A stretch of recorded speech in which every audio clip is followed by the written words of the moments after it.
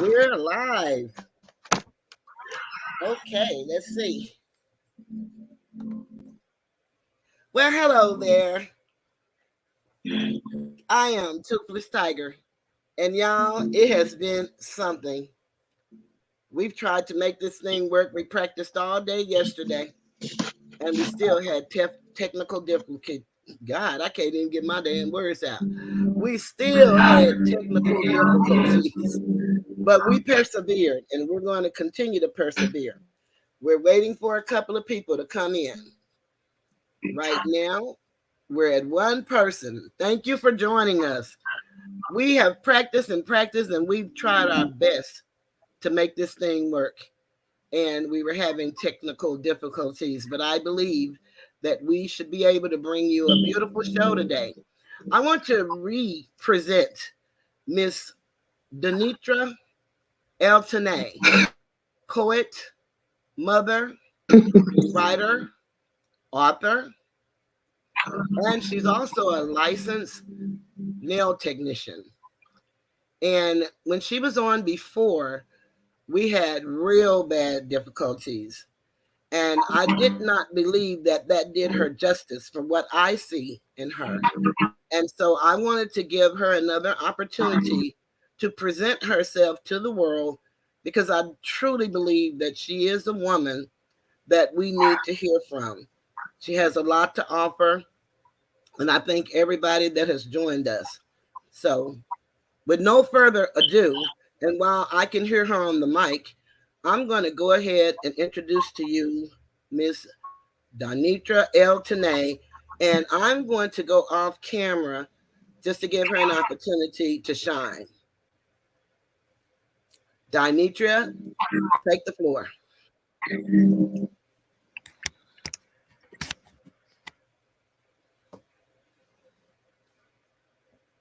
We can't hear you.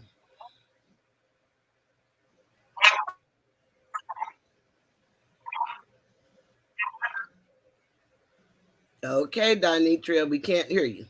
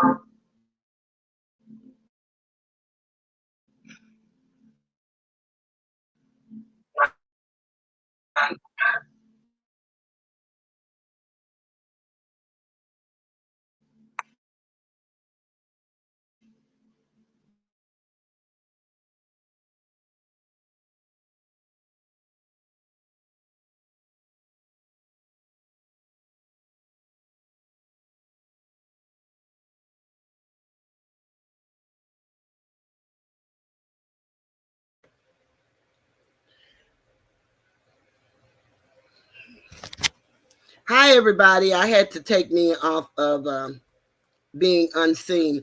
You guys may not believe this, but must be some forces working against us because we practiced this all day yesterday and everything went great. So I was very excited about it because I think that this lady is a force to be reckoned with. But for some reason, her computer is freezing up and she's not coming through. But we really did practice this. But I want to say salute to everybody that's in the room. Rich, it's so good to see you.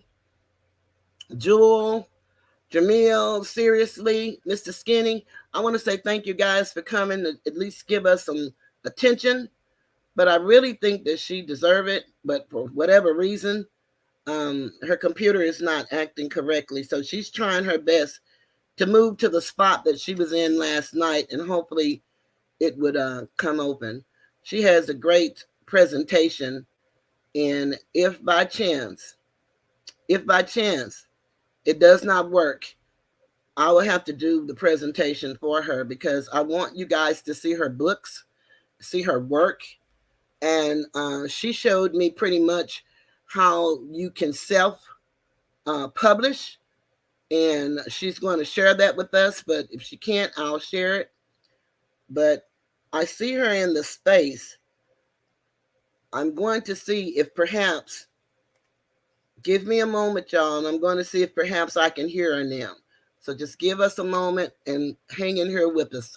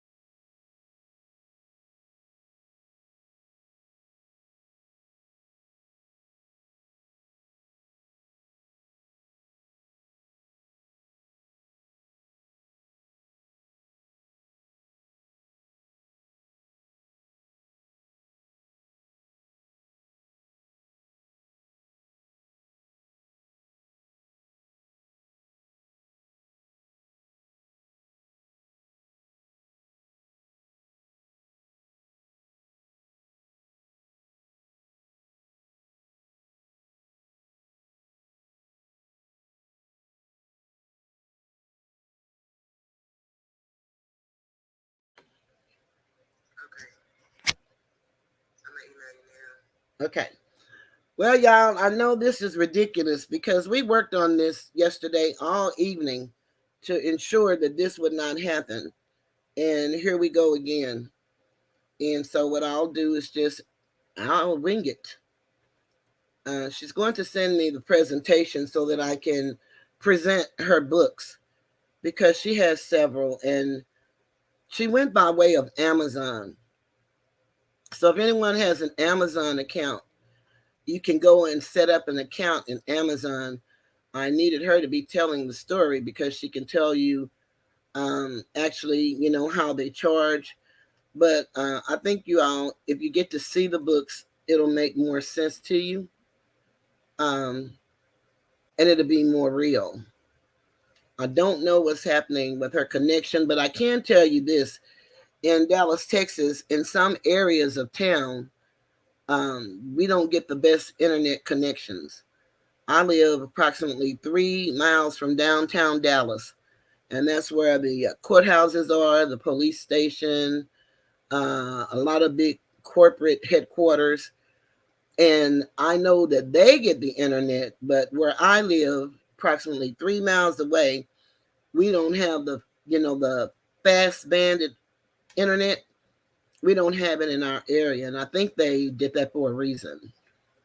Of course, my area is the hood, and like I said, I think it's done like that for a reason. I do not know, but I am so happy that you all would, at least hang in here with us to give her an opportunity to come up. I really cannot say what's happening. I do know that it worked last night. We were on here forever trying to ensure that everything went right in the presentation and all of that good stuff. But for some reason, it's not coming up now. And if you would give me a moment and let me just try to go and put in her information, I'll be right back. I want to shout out Mr. Skinny for that cash app. Thank you very much, Mr. Skinny.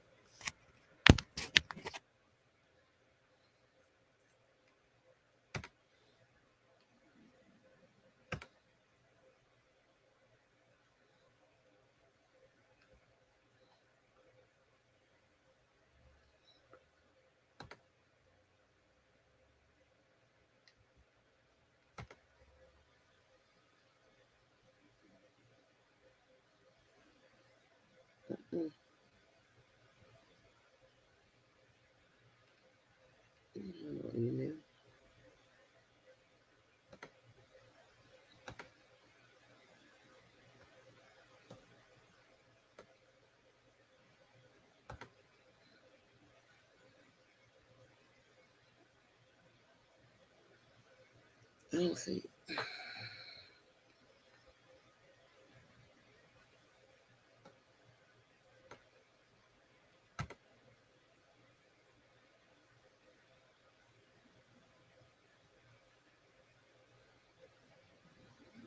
Okay, let me go back to my live. Okay, I don't see it. So let me just go ahead and talk about some things. Um, One of the shows I wanted to do, and I'll talk about it with you guys, is maritime and admiralty law. I had one of my supporters ask me, had I ever heard of that? And the answer is yes. And what maritime and admiralty law is what they're ruling us by. It appears she may be back. Let me just see if we can hear her. Donnetria? Donnetria, can you say something? Okay, I see her and I see her present. Yes, we can. Yes, can you hear me? Go ahead. We did. You can hear me? Yes. We can hear you say, "Can you hear me?" But that's all we can hear. Me? Yeah, can you say something other than "Can you hear me?" Just start talking.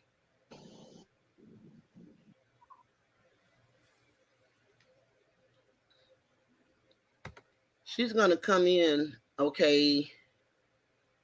For some reason, this is bluing, and it was not bluing last night. So y'all can't actually see. And I think it may be doing that because it's coming from her. And she's not connected quite right. So let's just take that down and let me get back to the story. Okay, maritime law has to do with the law of the sea. And admiralty law has to do with police powers. And that's the people who used to guard the sea. Well, actually, not the sea, the docks where the vessels landed. Okay, it's called a dry dock. So, what they do is they rule us by maritime and admiralty law in the courtrooms. Now, the courtrooms are supposed to be ran, if there is such a court, by the law of the land. But what they have done is, because of who we are as a people, they have taken us away from the land and put us on the sea. So anytime you go into a courtroom or a courthouse, you're coming out of your own personal jurisdiction and you're going into their jurisdiction. And when you enter into their jurisdiction, when you're sitting on this side of the bench, they have the little gates. Well, let's just start with the courtroom. The courtroom and the courthouse is supposed to be a leveled playing field. But once you get there, you come to know it is not a leveled playing field. A leveled playing field would be something like the basketball court, the tennis court, the bowling alley. That's leveled, okay? When you get into a courtroom, you're automatically intimidated because, number one, the judge sits high and you have to approach the bench. Okay, when you go through those little doors, they have a name for them because what it's made like is the vessel that I was telling you about, the ship. Okay, when you go through that, you leave the law of the land and you enter into their world, which is the law of the sea and admiralty. And they call you dead man walking. Okay, because you don't have a win. A lot of people think that they have to have an attorney, and I'm not telling you not to get an attorney because, let me just put the disclaimer, I'm not an attorney and I don't profess to be an attorney. I am a researcher and I read, and reading is fundamental. And this is written for us to read, but now if we start reading, then we're held as enemies of the state. But I'm no enemy to the state. I abide by the rules and the laws, but I also have learned some truth that I never knew before, and I try to share it with others. Welcome, Real Time TV. So what I'm telling you is, lawyer in Latin means liar, and attorney means that you're turning your free will over to another, that are officers of the court, and you're under their jurisdiction because their duty is to the court. Now, when we go back to the ship, the dock, the things that I was speaking of, maritime, all ships, boats, trains, planes are named under the matriarchal system, which is actually what we as humans are, matriarchal. Of course, back in 325, when Constantine had the meeting at Nicaea, they came out with the patriarchal system. And that's why everybody put everything on the man. Everything is not on the man, it's on the woman, the man with the womb, because we are the only ones that can give life. That's why our energies are so very important. And we need to be in a positive place because we can destroy and we can kill just with the power of the tongue. But when we get women on one accord, using that big mama's energy, the energy, that we know from my grandmothers, the energies that we know that has been passed down for the people that fought very hard to live. When we get that together, we're unstoppable. And that's why we have to protect our sons. And our sons are our sons, whether they are our spouse or our children, our brothers. And we call them sons, not in the way that you gave birth to them. We call them sons because we are mothers, whether we have children or not. We have the ability to have them. So basically, what you know is everything is on a matriarchal system. The woman gives life. So just think of a ship, and that's why they call her a she. If you think of a ship and you think of what's in the ship, it's product, and the product goes from one place to another. They call that transporting, and it goes pretty much through the sea. Okay? So once that product goes to dock, they call it a dock. Well, once the woman goes to the hospital to have a baby, they call in the doctor to deliver the baby. So they call in the guys to come and unload the ship. And when they unload the ship, they're removing the product. Once you remove the product, each product on that ship must have a certificate to verify that it was there. And that's what we do when we have children. We enter into what we don't know is a contract when we receive a birth certificate for our children. And what you do is, if you look at that, it says a certificate of birth, which is a bond. And if you look at that, go look at your birth certificate. They won't have you down as the mother, they won't have you down as a woman, they will have you down as an informant. That's the way birth certificates are written. So once you understand that, that's how they ended up giving us the law of the sea. And it's very convoluted, but again, it's written so that we can know that we're thinking one way and they're thinking another way. They use a language that's called legalese. And in legalese, you're saying person. You think you're talking about a human. But in all honesty, when you say person, you could be talking about a corporation, an association, a partnership. You could be talking about any type of business. That happened with the 14th Amendment. That's why it's very important that we learn the Constitution so that we can know the 10 articles of the Constitution. It's very important to do that. I see Donnetria, and let me see if she can be heard.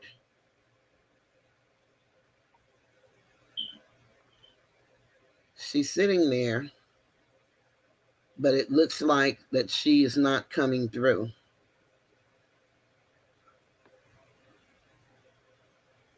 Yeah, she's not coming through. So when you look at the the fact that we're considered vessels, our children are considered product. When we get a birth certificate, we register them over to the state. It's very important that we start reading and learning just the language of legalese. If you don't know, you don't know. I had no clue until I decided to go on this journey of who were we before we were slaves. We had to be somebody. And it had to be more than someone just saying that we were kings and queens from Africa.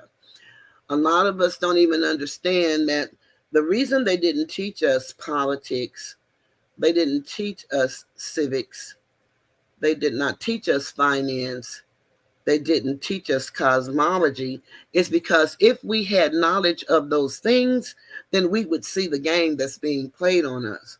And they keep us divided so that we won't come together and say, wait a minute, for 530 years we've been trying to overcome, and we're still in the same condition. I'm 63 years old, and nothing has changed for me that I can say I see a vast change. Even the fact that I had a job making decent money is not a change, because now I'm responsible for humongous bills. And so I'm still not in a position to own anything. But that's where the maritime law comes from. And that's why they treat us like they treat us in the court system. Let me see, y'all. Donnetria, say something. I can hear noise. Hello, how you guys doing? Okay. How you guys doing? Well, they can't talk back to you. You would have to look at the comments. They're doing fine. They're waiting on you. I didn't know if you could hear me or not. Yeah, we can hear you very good now. I can't see you, and y'all, that is her voice. But now you went blank. Okay. But I can hear you. I can still hear you. I did. Uh huh. Keep talking. Okay. Well, my name is Donnetria Eltionea. I reside in Dallas, Texas right now, and I'm from Oklahoma. I've been in Texas for a long time, so I moved here in 1989.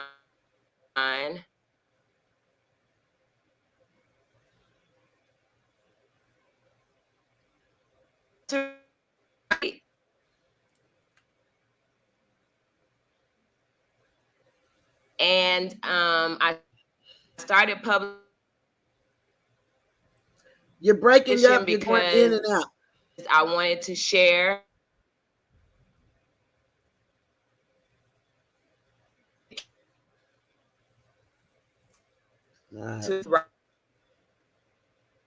All right.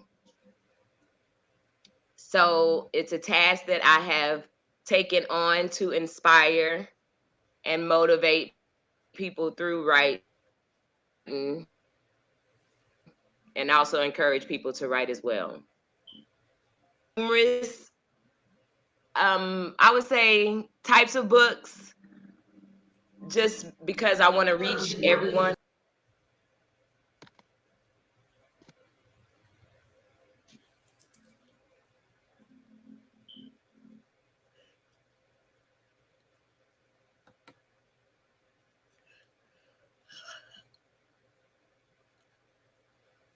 We can't hear you.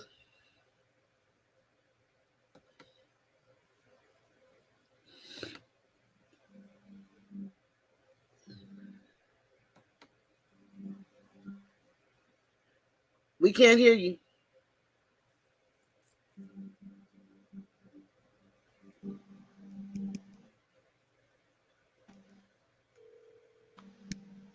I'm not sure if saying that I have published a variety of books. Okay, you're going in and out for some reason.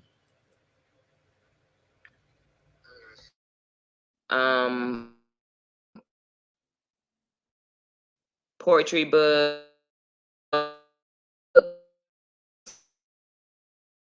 journals, and I therapy.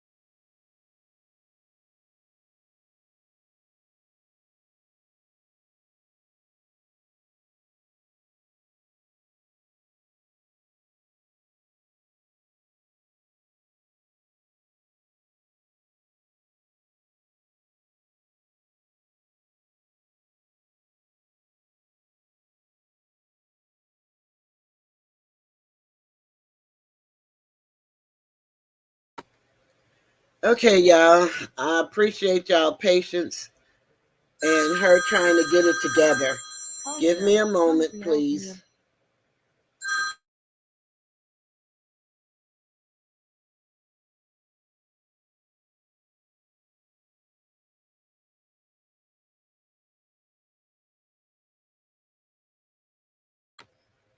I appreciate y'all hanging in here with us, but I really believe in giving people chances, and I really don't know what's happening with this situation because we really did practice this, but it is very hard. Um, Her internet, I believe, is going in and out. It's just going in and out. So whenever she gets it right or can be heard, I will stop talking and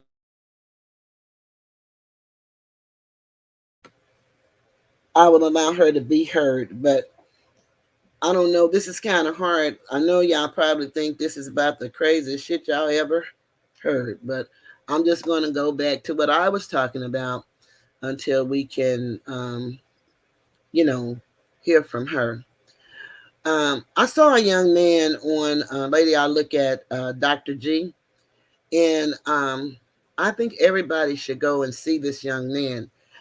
I, am a Moorish Asiatic American by bloodline. I don't belong to any organization or affiliation, although the Honorable Noble Drew Ali set up the Moorish Science Temples for, it was actually the Holy Science Temple in the beginning as a civics organization to teach us civics, to bring us back.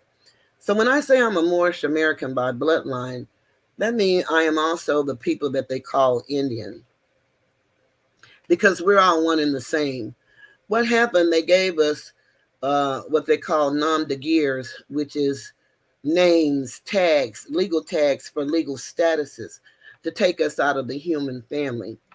And so we were not taught that. So we only know what we know. I'm not the world's greatest scholar. I've just been studying for the past 8 years on who we were before we were slaves. I'm not into the metaphysics of it, although I believe and know that it's true. I just, my mind has not been able to process it. So give me one moment, everybody.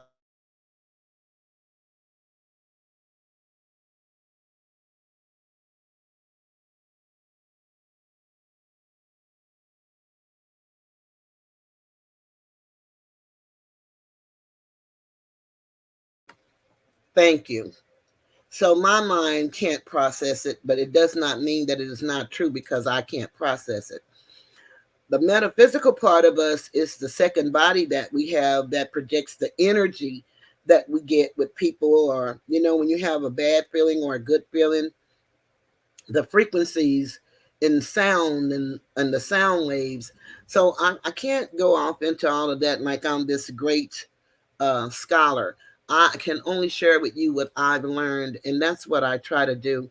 And that's why have to let everybody know that I'm not an attorney, and I don't profess to be, but I do know this: what the system has done is made it almost illegal to talk about anything that pertains to law, and they did that so that we will not know who we are. We are the heirs to the world's largest estate, and it's called the Sister QV Trust. And you can look into that. And because we are the heirs, then we catch the most hell in the world. And it is very hard. One reason that we enter into contracts without our knowledge is because the European that runs this country, world, whatever you want to call it, they believe in karma, and they know the karmic effect is what goes around comes around. We called it the law of reciprocity. You reap what you sow. So what they have to do is get us to volunteer to participate in whatever it is they're doing against us, so that the blood is not on their hands. It comes back to us because we participated. And when you look at that logic, then you should start understanding or wondering or knowing that's why we're in the hopeless condition that we're in. Being in this hopeless condition, that makes us then turn against one another, not because we don't like each other, but because of the conditions in which we live dictates for that to happen. We have food deserts in most of the largest cities throughout the states, where you have the most people. They don't have grocery stores that have, fresh fruit and vegetables and things of that nature. We own nothing. We have no big manufacturing companies. We have no oil and gas companies, or we may have one or two oil and gas stations, and we may have one or two fast food restaurants, but we don't own anything. And when you have someone controlling your life, then it's very hard for you to operate independently in your thoughts. So a lot of things that we think and we do, we think that we're thinking of them and we're, coming up with these ideas. In all honesty, we're not. What's normally happening is we're being brainwashed into thinking that we're coming up with these ideas. But honestly, it's ideas that have been in place for us for many years. I did not start this off, but now that I have a few people here with me saying happy birthday, Kwame Brown. Kwame turned 40 today, and I want to just say happy birthday. And I know you all guys feel the same way. And we can just sing that little song to ourselves. Happy birthday to you. Um, but getting back on topic, so when you start learning, I don't know if you guys are aware of what we call the straw man, and I didn't name it the straw man. Uh, the 14th Amendment did. And the straw man is actually you, an individual, but it's not you. Let's just get that straight. It's your name, the likeness of your name. Salute, Black Mamba King. It's the likeness of your name. It's spelled the exact same way as your name. Unfortunately, it's grammatically incorrect because we were taught when you're writing that you would have a capital letter for a name and then all other letters were lowercase. But if you look at your, I would say, if you look at your driver's license, if you look at the bills that come in the mail that we call bills, if we look at anything that we call legal or lawful, if you look at any of that, then you will see it comes in all caps. All caps basically signifies a corporation. And as I stated earlier, the 14th Amendment gave the word person the meaning of a corporation or association, an affiliation, um, partnership. So when you look at that, you then begin to understand uh, how we're being misled, actually, because they see us as children. One of the things that our ancestors did was they gave up actually their nationality for a chance at liberation, freedom. But when the emancipation took place, a lot of people don't understand that emancipation did not mean freedom. It means we were transferred from one slave owner to another slave owner. And that's where we are. Uh, the federal government slave today. So it's really interesting that all of this stuff is written, and we can go to the Library of Congress to seek this information. You can look in the United States codes. A lot of people, that's why I did the difference between lawful and legal. Do you know the difference? Because a lot of things that we think happen to us, we think it happens to us because um, it's unlawful. Well, it may be unlawful, but it could be legal. And it could be legal, but unlawful. And so when you look at, damn, what do that mean? It's convoluted when you think about it. But if you think about it and you reduce it to writing, I saw a video where this man, I did a video in about 10 minutes or so. He broke it down in 49 seconds. And what the gentleman said was that anytime you're dealing with lawful, you're dealing with the de jure law, which is the true law, the good law, nature's law, God's law. You're dealing with the Constitution and the law of the land. The law of the land is just very simple. And what it says is if you do no harm to me and I do no harm to you, then we're fine. Every person is their own person, and law begins and ends with you. The reason they tell us um, that uh, ignorance of the law is no excuse. Well, see, we hear that, but we really don't know what that means. But they telling us some good shit, I'm going to tell you now.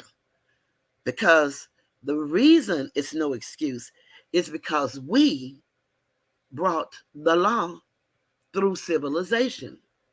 And because we don't know who we are, we forgot who we were, then ignorance is no excuse. We Now let's talk about us. And we can see this so well about us. Just look at us on YouTube.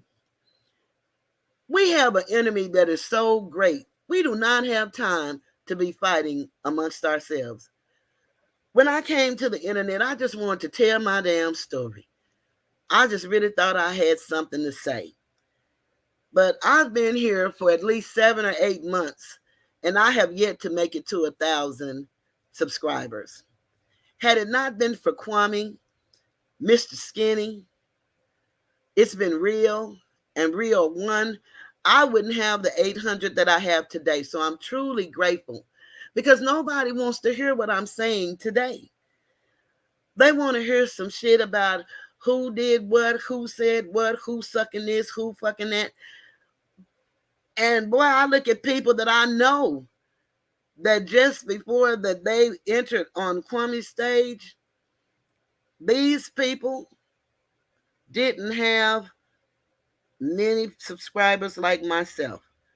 But now I look at these people, some of them have 10,000, some of them have 12,000, but I know this is the subject matter. And I'm not knocking anybody for their subject matter.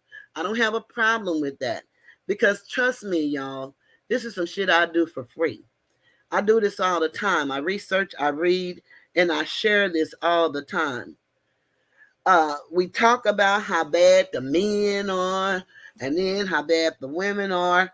And I think we forget that the story that they want us to believe and the one that I grew up believing, because I grew up, in the church, and then I became a born again Christian on my own. And when I realized that being that they tell us that we're here in this place called America and we have freedom of speech and freedom of religion. But I beg to differ because if you don't profess Christ and say you're a Christian, you don't belong here. This is just the way people feel. And our people feel that way, but they can't tell me or let me see no evidence of what they believe in making a difference in their lives. We excuse the behavior of what's happening to us in the name of believing that somebody is going to rescue us and help us. I'm not against anybody because that's true for all religions. They believe what they believe, but I learned who we are. And this country, we were here before they came, and we came from an Islamic background, but not Islamic in the sense of a creed, but Islamic from the sense of science and knowledge. And mostly everything they use are acronyms. So Islam is I, self, law, am, master. I, self, law, am, master. Now, I'm not taking away those who believe in the creed. That is what they need to do, and that's what they do. But I'm telling you, a lot, we get dogma. We don't get true religion, which true religion is the study of nature and how the constitution of man correlates with nature. So anything that takes us away from nature is not good for us. And anything that keeps us in harmony with nature is. So I'm not trying to sway anybody to think or believe anything that they don't want to think or believe.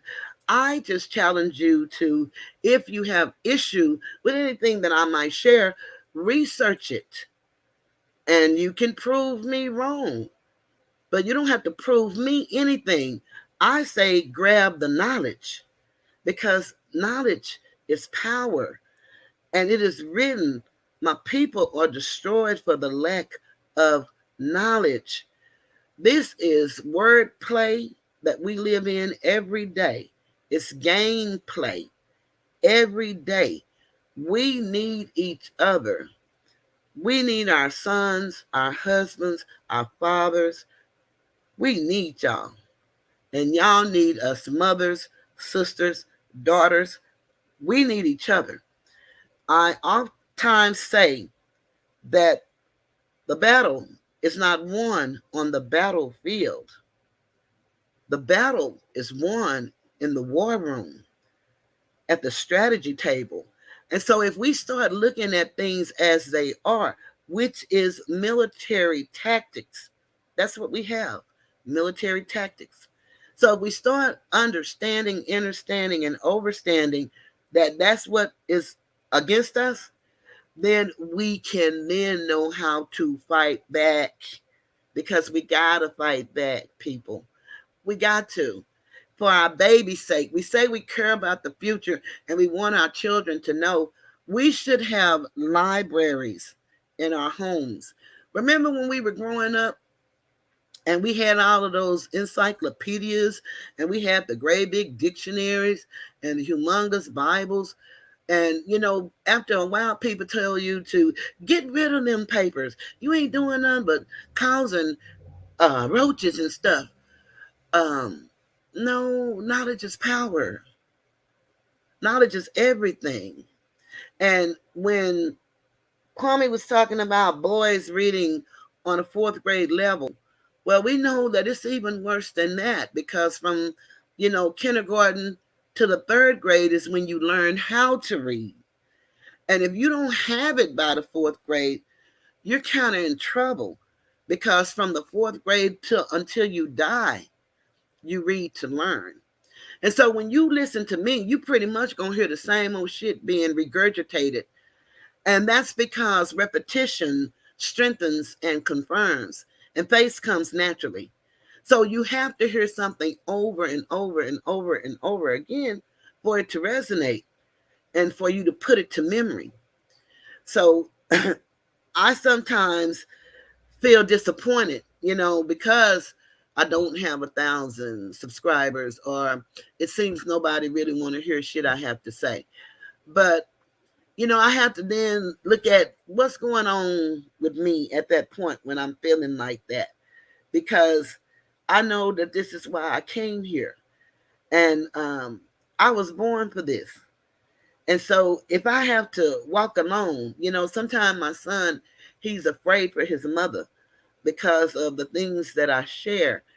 And, my daddy taught us that if you were born to burn, you ain't going to drown. So unfortunately, I don't know which way I was born to go, and I really don't give a damn, because I don't control it anyway.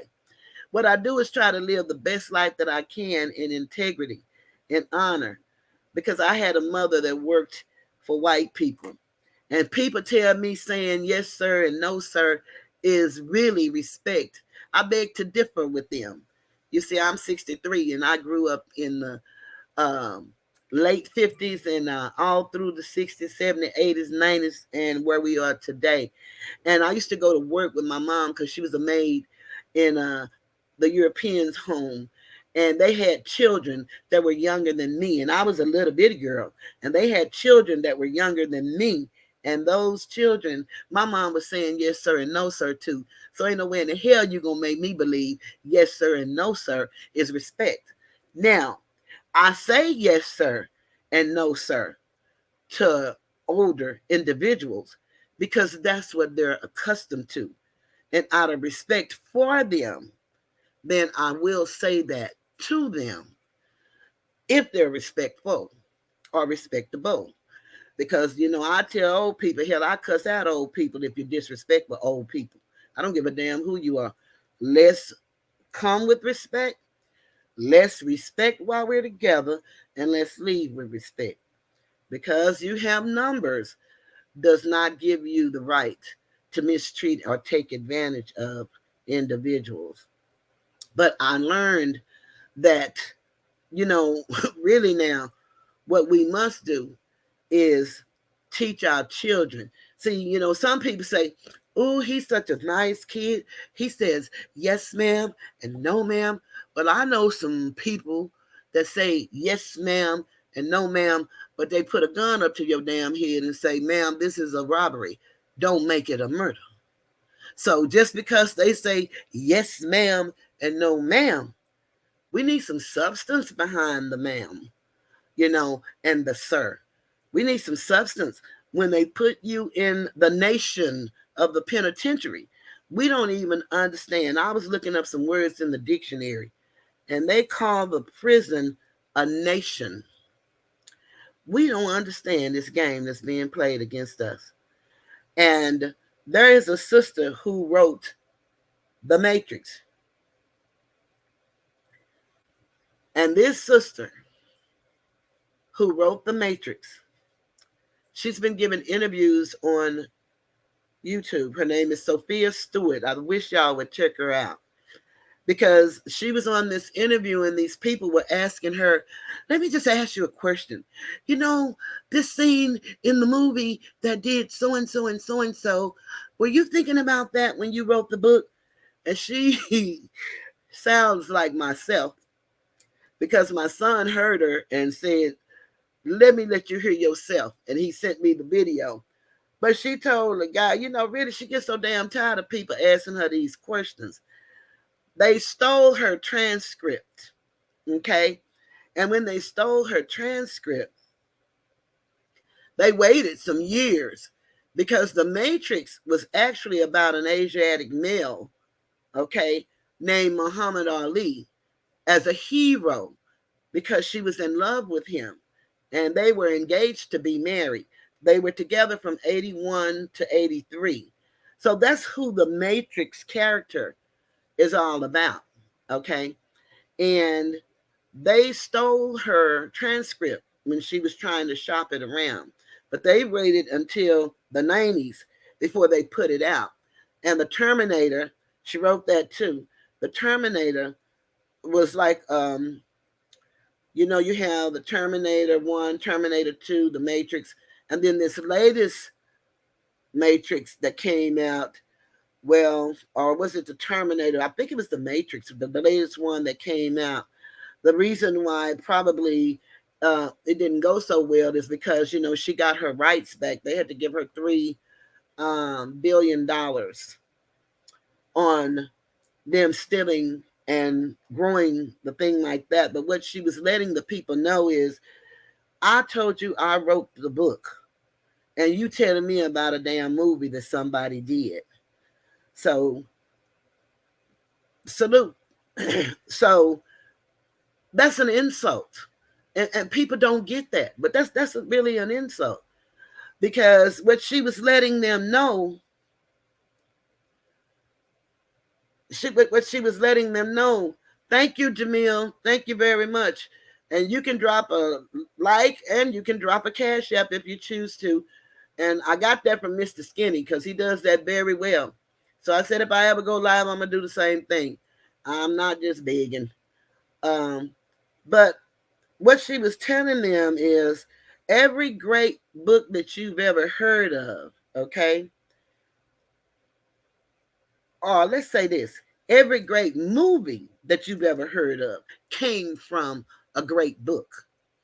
And so what she was telling them is, why y'all keep asking me about some shit that I didn't have nothing to do with when they took it from my script? You know, so don't ask me, you know, what was I thinking when he did that in the movie? I didn't have shit to do with that. I wrote the book. And then she would name these great movies and the authors. And you know, like Kwame would tell you, treat me like you treat those white people. Then she would tell them, because they call her the mother of the Matrix, and she got them straight right away. No, she's not. She wrote that. She's the author. She's a prodigy. She left the seventh grade and entered college. Okay? She's not no damn mother of no manuscript. She also gives you the scripture word that speaks of the matrix in the written word as the womb of woman, because that's what the matrix is, the the womb. See, everything goes back to womb. Remember, I was telling you about the ship and the vessel and why they put everything on the water? And that's because when you're in your mother's womb, okay, you are on the water, or I should say, in the water. And it's the umbilical cord, okay, that gives you life while you're on or in the water until you enter into this realm after the ninth month. It's so, boy, y'all just really don't understand how cold this shit is when you really start learning the truth and how simple it is. It is so very simple. And they take our history. Like I said, we are those people. We are the people that they call the Indians. We're the people that they call the Geechee. We're the people that they call the Druids. We're the people that they call the Berbers. We're the people that they call the Sabians. But we don't know any of this. We're all of those people. They separated us by tags so that we can be against each other, because the only way a few can rule over many is to divide us. Then we're conquered. So you are who you are, and you are who you say you are, not who I say you am, who you say you are. But I am. And that's why whenever you see me write I am, I'm going to always capitalize the I and the A, because I am that I am that I am that I am. I am. Once we start standing in our truth, but we can't get our truth if we don't read and learn our truth. Then some would say, well, I don't know why you believe that shit, because the white man wrote the Bible. The white man wrote this. No, the European didn't write anything that they didn't take from us. I don't know how many of you all have ever seen the movie Eddie Murphy starred in. It's called Trading Places. In that movie, Eddie Murphy was homeless, a bum on the street, and it was two brothers. One was named Mortimer, and the other one could have been Bartholomew or some shit. I don't remember the name. But what they did, they passed by Eddie Murphy, who was the homeless, I'm going to call him bum because that's what they called him, bum on the street. And what they did was they said, what if we took this little fella and switch places, straighten him up, get him a suit, put him in a suite. Let's see how he would do. And that's what they did. Well, that's what happened to us in real life. See, everything is done in symbols and metaphors. And when you start understanding that everything is not meant to be taken literally, we put morals on everything. But some shit morals don't have nothing to do with. And that's what you got to learn, to know the difference between the two, which takes me back to lawful and legal. Law deals more in morality, whereas legality is the operation of doing what they do. Very interesting that you understand that concept, because that can help you when you're dealing with a system that use legalese against you. I just saw that young man on Dr. G, and I said that, everybody should check him out. Um, his name is Yakub L. Uh, and he showed a document where they come up with the race definitions. And it's come from the Office of Budget and Management. Now, why would they be talking about race in the Office of Budget and Management? Damn, that ought to make us ask a question. Well, let me tell you why. When you look at all of the different categories, and this is like when you're filling out an application, and y'all have to forgive me. I'm one of them people, my mind travels. And so I'm subject to jump from one damn thing and then take you to another, dimension. That's the way my mind operates. And so I have to just go with the operation of my mind. But one thing that he was showing, the legalese of what I explained to you guys about persons. Persons mean you're out of the human family.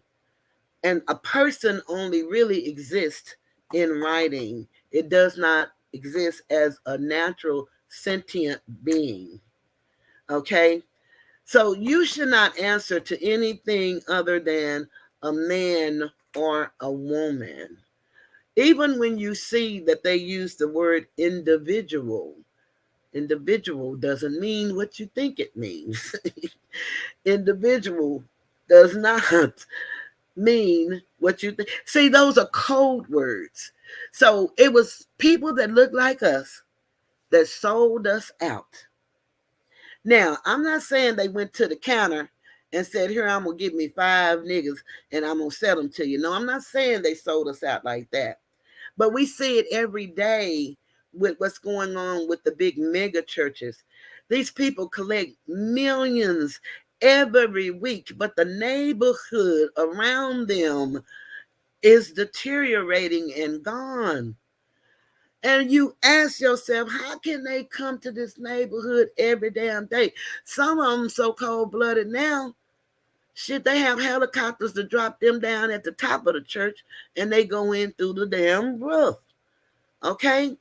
That's a sad epithet. I mean, how could this be? But it's like that. And it's like that because we, the people, sit passively by and acquiesce to everything they tell us. And in law, if anything should happen, and if you don't rebut it, then that means that you do what they call tacitly acquiesce. Anything you don't rebut. That's why when I was working and I got an evaluation, I always wrote a response to my evaluation. If it was a good one, I thanked my manager for it being a good one. If it was a bad one, I rebutted what I was against in what was written. But we must start learning how to fight the way the rules of engagement are. Because if we don't, we're not going to make it out without going back into a hopeless condition that we were in. And we say that we want our children to have such a better life. What are we offering our children? It's certainly not education. The system that they call education is docility training for animals. And what that means is to keep us comfortable right where we are. They want us to be comfortable. And we think that it's going to get better. We think that it's going good. But in all honesty, we haven't moved a step from the time that they told us that we were free up until today. Dr. Claude Anderson, if you ever looked at him, Dr. Claude Anderson said the same percentage that we owned, which is, I think, 1%. It could even be 0.1. I'm normally more factual, but I just thought of him and threw him out there. But that's the same percentage that we own today as far as wealth goes. And a lot of people think that um, immigration is an issue. No. What we don't understand is status, jurisdiction. If you learn status and if you learn jurisdiction, and if you learn that a foreigner does not necessarily mean distance. See, when we start understanding that there are 3 United States and there are 3 constitutions, and when you understand that there is the Union States of the Republic, the Confederation, and the Federation, then we will learn to understand that, understand and overstand that they're whooping us with law. And then I asked, since I started knowing who I am, I asked my people, I'm talking about people that's close to me that are Christian. They told us that Christ came to set the captives free, and that Christ came so that we may have life and life more abundantly. they told us that Christ fulfilled the law. I'm here to ask y'all or tell y'all. Let me just say, I'm here to tell y'all this evening. I'm here to tell y'all this evening that once I started researching and learning and realizing how they're whooping us with the law, my question became, well, shit, what law did he fulfill? I just want to know. If anybody can tell me that, you can put it in the comments, because I like to know what law did he fulfill. Because they're whooping us with contract law. Everything we do is contract. It's called presentments. Whether we believe it or not, they're contracts. And all contracts can be negotiated. I learned how to sign any document. I learned how to sign it. So when you sign a document, and basically people won't tell you. They tell you they're here to uplift fallen humanity. And then once you start asking questions, they tell you, oh, well, see, you got to pay $1,500 for my package, and then it'll help you be free. But y'all, they stole our birthright, and our birthright is free. Thank you.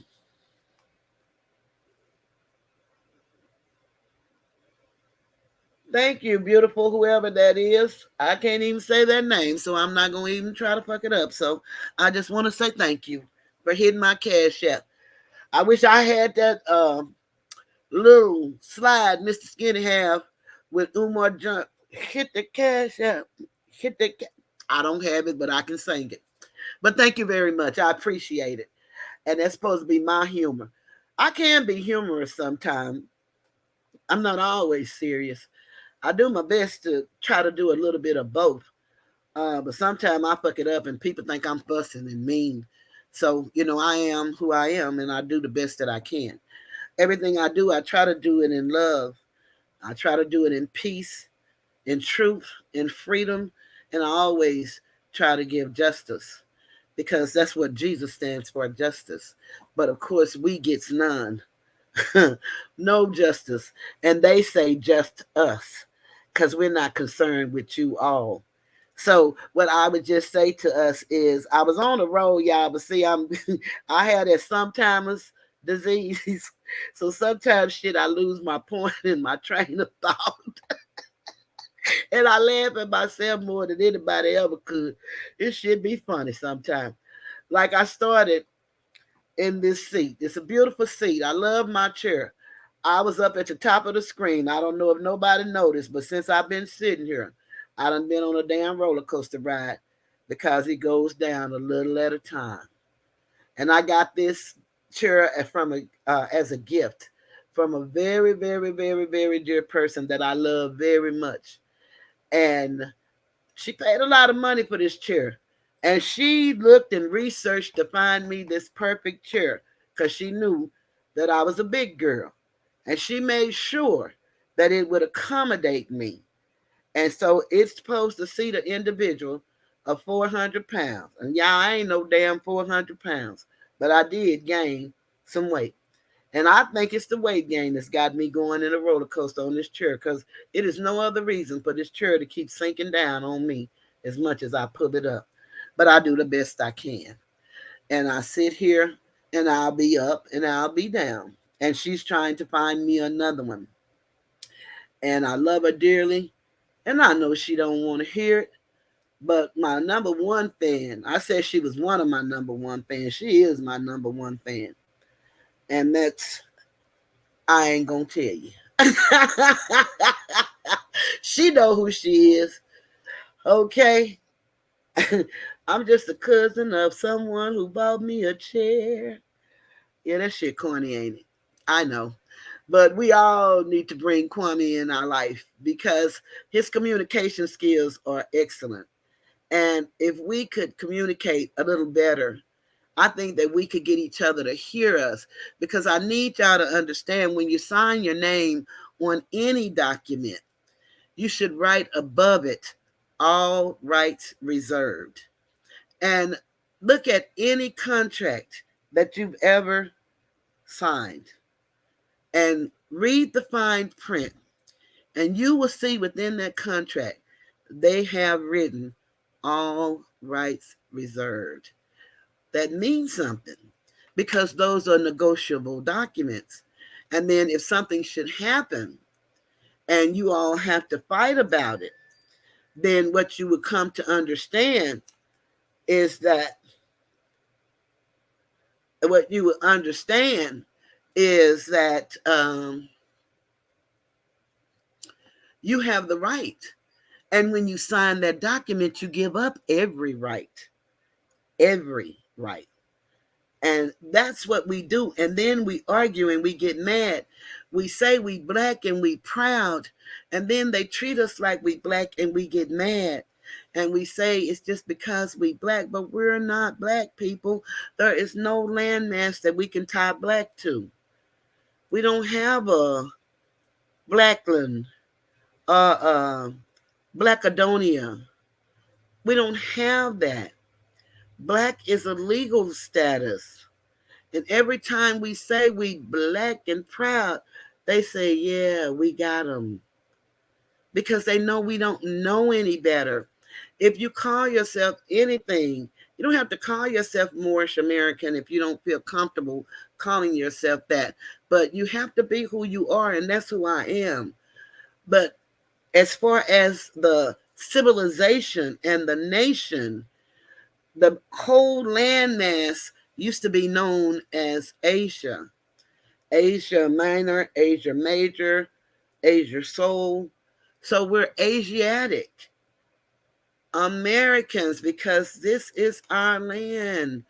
Everywhere is our land. You know how they say, oh, they got black people in China, they got black people in Indonesia, they got black people in Malaysia, they got black people in the Philippines, they got, there is not a place that exists that we don't. We are the original people. All of us are actually from one big family, but we went off to our own spots and created our own nations. And that's why we're different. We're more alike than we are different. If we only understood, our government was set by who? The woman. The woman set the government. But it has been distorted and it has been changed because the men flipped it. The men flipped it. And just think about it, y'all. We are woman and man. But now they want a genderless society. And so what the European people are beginning to realize, they going with this genderless stuff, is deeper than what we think about the homosexuality thing. That thing that they came up with in 1972, and you can look that up. And not only can you look it up on the internet, you can look it up actually in the Library of Congress. And then people tell you that the internet is no good, but you can go to the Library of Congress from the internet, from your home computer. You can write and ask a question. They will do the research for you and they will send it to you. They will. They will send it to you. Whatever question you have, they'll send it to you. They'll send it to you. Or, yeah, I'm trying to read the things and I'm not that good trying to read and staying on point. So I was trying to see if somebody had a question or something or was saying something.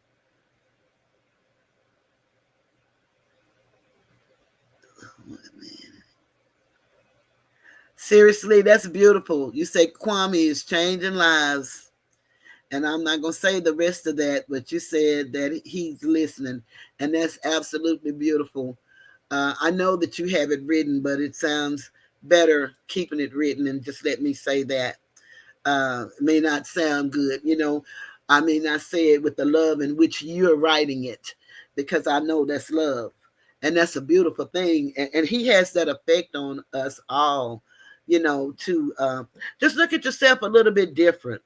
and see if it's something different that you can do in communicating than what you're accustomed to doing. Because I'm one of those people that the way he listened to people say, I could never do that. I would be cutting people off. Shit, they wouldn't get two words out. I'd be cutting them off, and I'd be hollering and screaming. I'd probably be done got my ass whooped, but I would be hollering and screaming at the damn people because I can't listen to stupidity. And he just sit there calmly and listen.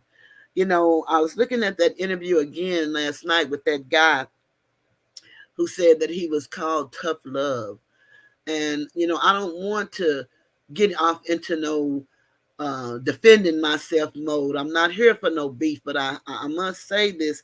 It was so irritating to hear him keep saying, my thought process is that, you know, I'm glad that's your thought process, but you are qualifying that when you say my thought process. So you can't make him have the process that you have. Just, you know, say what you got to say, sir, and let's keep it moving. But it was very irritating. It's so much stuff that I see that, you know, you just can't believe really exists in real life. But this stuff is really going on. But when you look at where we are and what we need to be doing, um, I seen the Willie Lynch letter. I think seriously, maybe you said something about it. One thing that I come to believe about that letter is that was written by the CIA because that's the branch that does a lot of the dirty work, the CIA. And they're so entrenched and so deep and so undercover. A lot of those people don't get to come back to reality. But that's taking me back to the lady with the matrix. You know, she said she just got tired of people talking about she's the mama of a transcript. No, you know, mothers give life. She wrote a book, and all great movies come from a book. And she named, like I said, some authors and stuff. And then she said, do you call Bill Gates the father of Microsoft? Do you call Steve Jobs the father of Apple? No, you don't call these people that shit. So don't start calling me no mother of no matrix. I'm the author, I'm the creator. And, you know, she has her third eye open, and she's a shaman. Her grandmother was one. So she can see things, and she visualized a lot of things she wrote about in her book back in the 80s are taking place right now today with technology, because we believe technology is ahead of us and just came. But no, technology has been here. It belongs to us.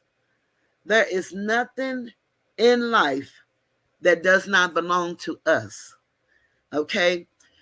What we're doing is trying to navigate, that goes back, navigate, because we were rulers of the sea.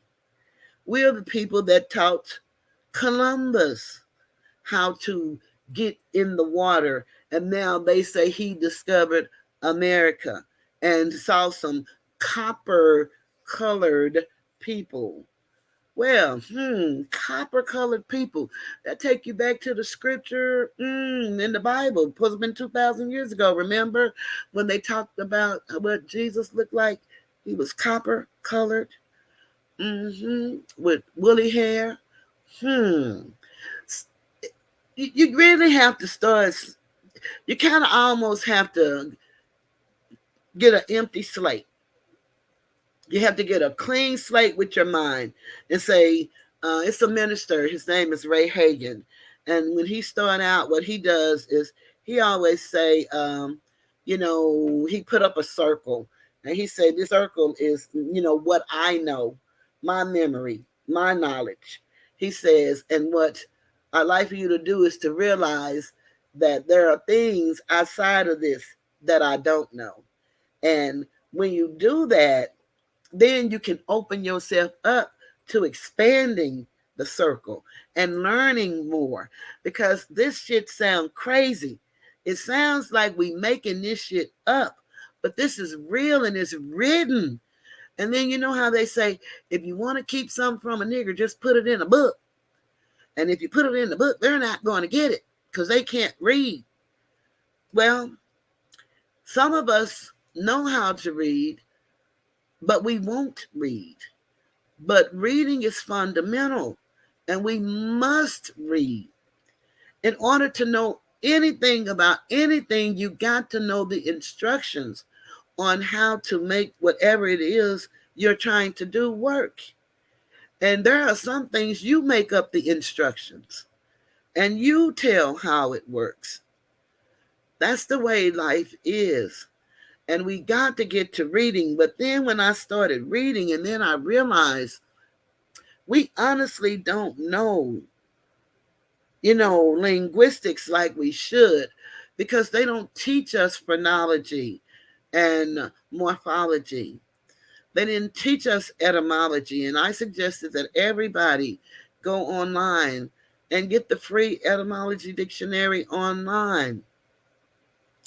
I would like for, you to just, you can get your phone and just ask Google for the etymology dictionary online, and then go in that dictionary and then look up the word smart. And, a lot of people love to talk about how smart they are. The etymology is what we call the etymon of a word, which is the seed, the origin of a word. So it'll tell you when the word first started being used. So, like, sometimes people say, like they say the word black, we're black people. But in ancient, the word wasn't ancient. Ancient, we don't have a date for ancient. But that word started being used at a certain period of time. It was not ancient. So, what we have to do is come to know that it's a game being played on us. We're participating in the game. And that's what Kanye West meant when he said that slavery was a choice, that a lot of times, and people got angry with him. But if you look at the 13th Amendment to the Constitution, the 13th Amendment says the only way that you can be a slave again is voluntary servitude, or if you commit a crime. And so we volunteer for a lot of things that we don't even know that we're volunteering for.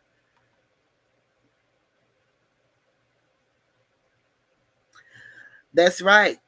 And see, one of the things seriously said that, yeah, because we were never supposed to learn to read.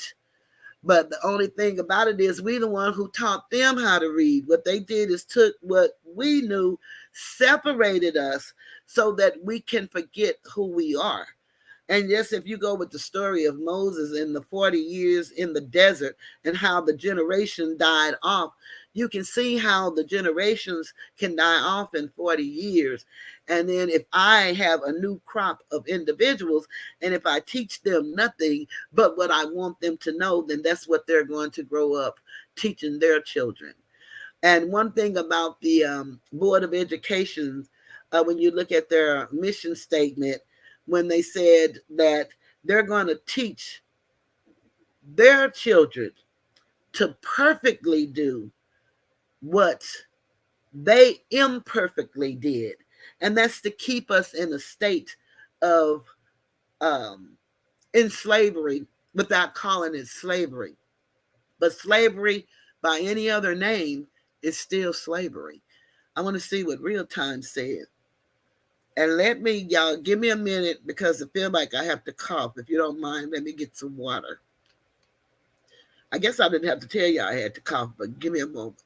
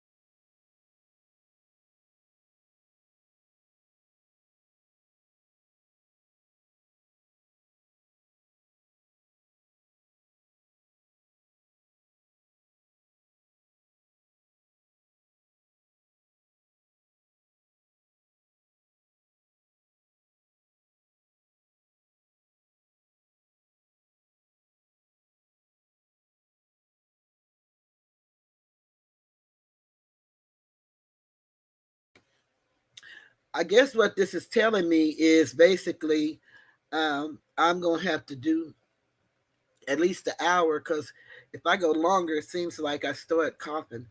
So thank you guys for being patient and waiting on me. But yeah, real time, you're in the right area, and yeah, just keep researching. I love to hear that word. In case you guys didn't know it, I have journals that I have for sale. I have journals. I have T-shirts.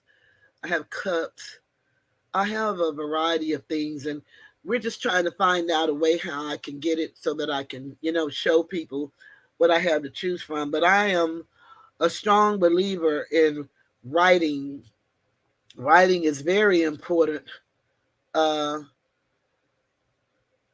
that's why we have a word. And so, what we must do also is, in order to change a man thinking, this is what Noble Drew Ali said, you first must change its literature because what they have given us is not quite true. So, we have to start, if we don't have it, start back building libraries because all Asiatics have libraries in their home. And what you have to do is you need to have dictionaries, but you should get the older dictionaries. Don't just go run out and buy the latest dictionary. Buy the oldest dictionaries. I just bought several dictionaries, and they are not cheap. But you go to the half price bookstore. You can go to Amazon. You can go to Thrifty Books online, and you can go to Etsy online. They have a lot of the older books. But when you have the older books, you get the pure definition. It'll take you back to the etymon if you do the older books. So I just suggest to everybody, reading really is fundamental, but when you come to find out that you really ain't reading because you really don't even know how they play with the words, and trust me, y'all, they play with them words. And we're thinking, uh, like I said, would, uh, if somebody would, uh, if somebody would look on their phone and look up the word smart, and tell us what that word says, it says pain, and everything is smart now. Remember, we got the smartphone, the smart TV, the smart car, smart. Dimple D, do me a favor and look up in your etymology dictionary and look up smart and throw it in the chat for me. I'm sure most of you guys was there on Mr. Skinny the other night when I put the definition of queen in the chat. Real time. If you can, look up queen for me and see. We need to understand that all vowels are interchangeable. So that means that, we spell queen today, Queen, but it was spelled Quean in its origin. They changed it, and they'll give you the year that they changed it to mean the wife of a king. They'll tell you when that started happening. But it's very interesting how this stuff works. And how they play on words, and we thinking they're talking about one thing and they're talking about something totally different. It's very interesting when you start understanding jurisdiction and territory. A lot of us don't know that Washington D.C. is the United States. That's jurisdiction. It's a 10-mile radius, but it's written in documents for us to know. And we don't read, so we don't know. And a lot of things we don't even have an idea that we don't know. So we don't even know we have a need to know. You know what I'm saying? So it's kind of funny like that. But when I started learning different stuff, I wanted to share it with everybody. And it's kind of just like when you first accept Christ as your Lord and Savior. You want everybody to be saved. You want everybody to live right. You want everybody to do right.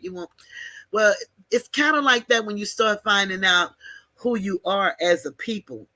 And you want everybody to get it, and you want everybody to see it the way you see it. But, you know, I had to come to realize that it's not going to happen like that, because this is some devastating stuff to find out. Your whole life, you believed in a make believe and a fantasy, and you've experienced, because there's a lot of things that you asked for in life that you never got, and it wasn't even big things or material things. It was probably just, don't let my lights get cut off, or let me make it to work on these fumes till I get paid. It's everyday simple things, but it's amazing that you have to come to reality and say, well, let me just look at the conditions around me and let me see if what I believe is evidence. Because whatever you believe or whatever there should be some truth, evidence of truth in whatever it is. And there is no way in the earth you can make me believe, with us being in the conditions in which we live as a people, because this is a system thing. This is not an individual not wanting or not choosing to do good or right. No, this is a systemic thing. And when you understand, and I told y'all about the book, and anyone that wanted, I told them if they want, you can just send me an email. And I had my ticker tape up there. And y'all, I realized that everything today was going wrong, because I had put Donnetria's information up there. Let me see what this is.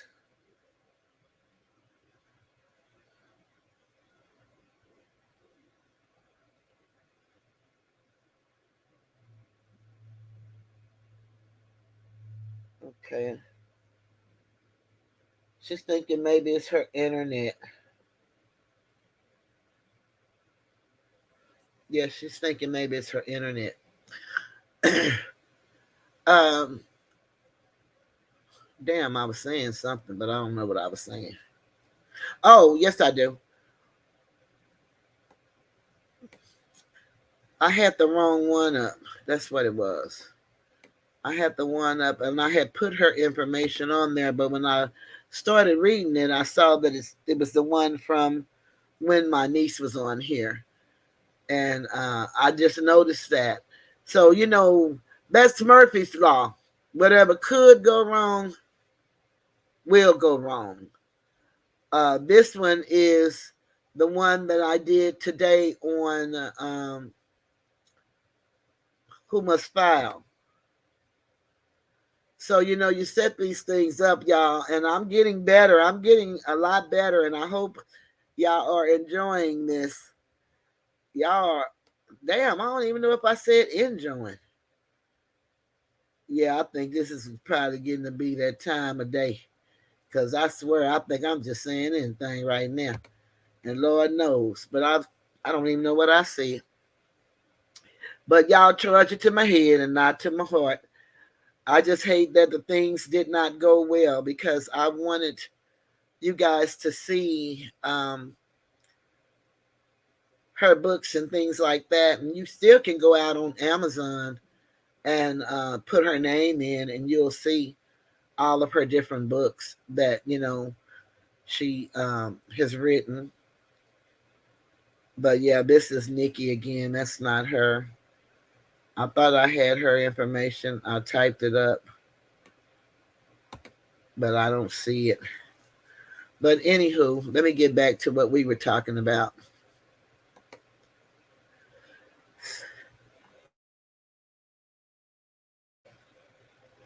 That's what smart means, C. Roberts.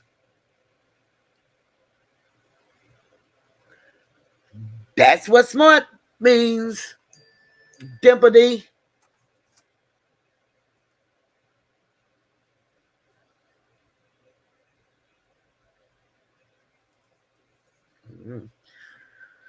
Okay. So when you start looking at, we think smart just mean, that we know a lot, right? But look at the definition of smart: to hurt, to bite, to ache, to sting. Well, that's what this smart technology is doing to us. Hi, Dawn. Salute. Okay. Thank you, real time. Yeah, so when you look at that, you know, we look at a word one way, but they're teaching their children and they know a different way. I mean, they're coming up with this thing talking about the critical race theory. They don't want that taught in school. And what that means is they don't want us, the little untrue history that they do share about us, they don't even want that talked about in the schools now. They said that we're blaming their children for what happened to us. But isn't it ironic how we are the people that can't even remember our past? We can't give respect and honor to our ancestors without them saying that that's a problem. May it never be. We're the only group of people that don't really acknowledge our ancestors, and that's sad. We do not acknowledge or think about or mention Big Mama or Granddaddy or Pawpaw or Mama, and then even our great grandmothers and grandparents.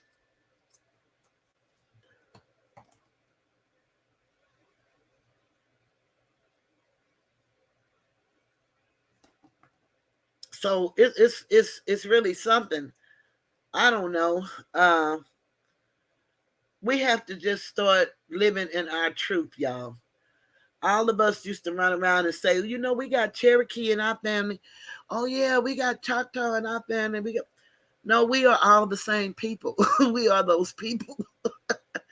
We are those people. I mean, I don't know if y'all remember when Elizabeth Warren was running for office, and if you go and research the what they call Indian Constitution, and there are some real good laws, but see what they don't tell us, the treaties apply to us, Asiatic Moorish Americans. The treaties are the laws of the land, and all treaties that were enforced during that time and any treaties to come. So what you come to learn is the de jure law, the law of the land, is constitutional law, and that's the law that speaks to the treaties and the Constitution. And then the colorable law, which is color. And if you go and download the PDF Black's Law Dictionary, fourth edition, it will really help you to understand some things. Then you will learn that color is artificial and colorable is a similar to something, a simulacrum, but it is not what is real.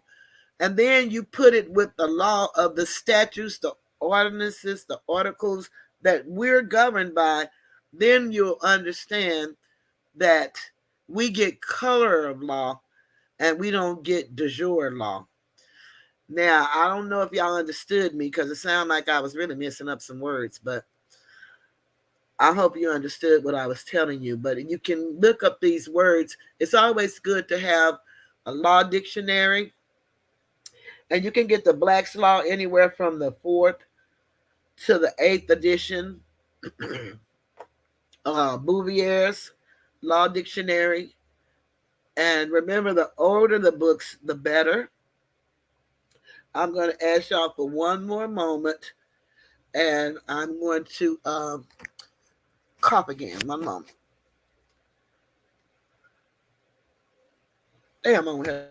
cough again. Thank you, Don. That's so sweet. I'm trying to feel better, and it feels like I'm getting better sometimes. But then, uh, when you have congestive heart failure, you get a lot of mucus buildup. And then I had something similar to a head cold, and so that didn't make it any better. And my nose was stopped up on one side and burning on the other. And I was down for about a week and a half, but I'm feeling a whole lot better. But every now and then, for some reason, start getting choked. So I greatly appreciate you. I'm doing everything I can to feel better. But what book is it, Dawn, that you was talking about getting? So I can know what you're talking about, because you said you were wanting to get a book. What's the name of the book that you're going to try to get? Because if it's Silent Weapons for Quiet Wars, the only thing you guys need to do is just give me your email address. And I have my email address scrolling down there. If you send me an email, I can send you that booklet at no cost to you. Uh, so that's another thing. With our knowledge, we should be learning. And I'm going to tell y'all, if we really understood that this world was built on a matriarchal system, I'd like for y'all to look up Queen Khalifa, and Queen Europa, and just read a little bit about the warriors back in the day, and so we can really see who we are and what we should be doing as women. Instead of us dividing the room, we all should find a way to make the room full. But I understand, for me, and I believe it's the same for everybody, what we have to do is first deal with our own issues, because change starts from inside out.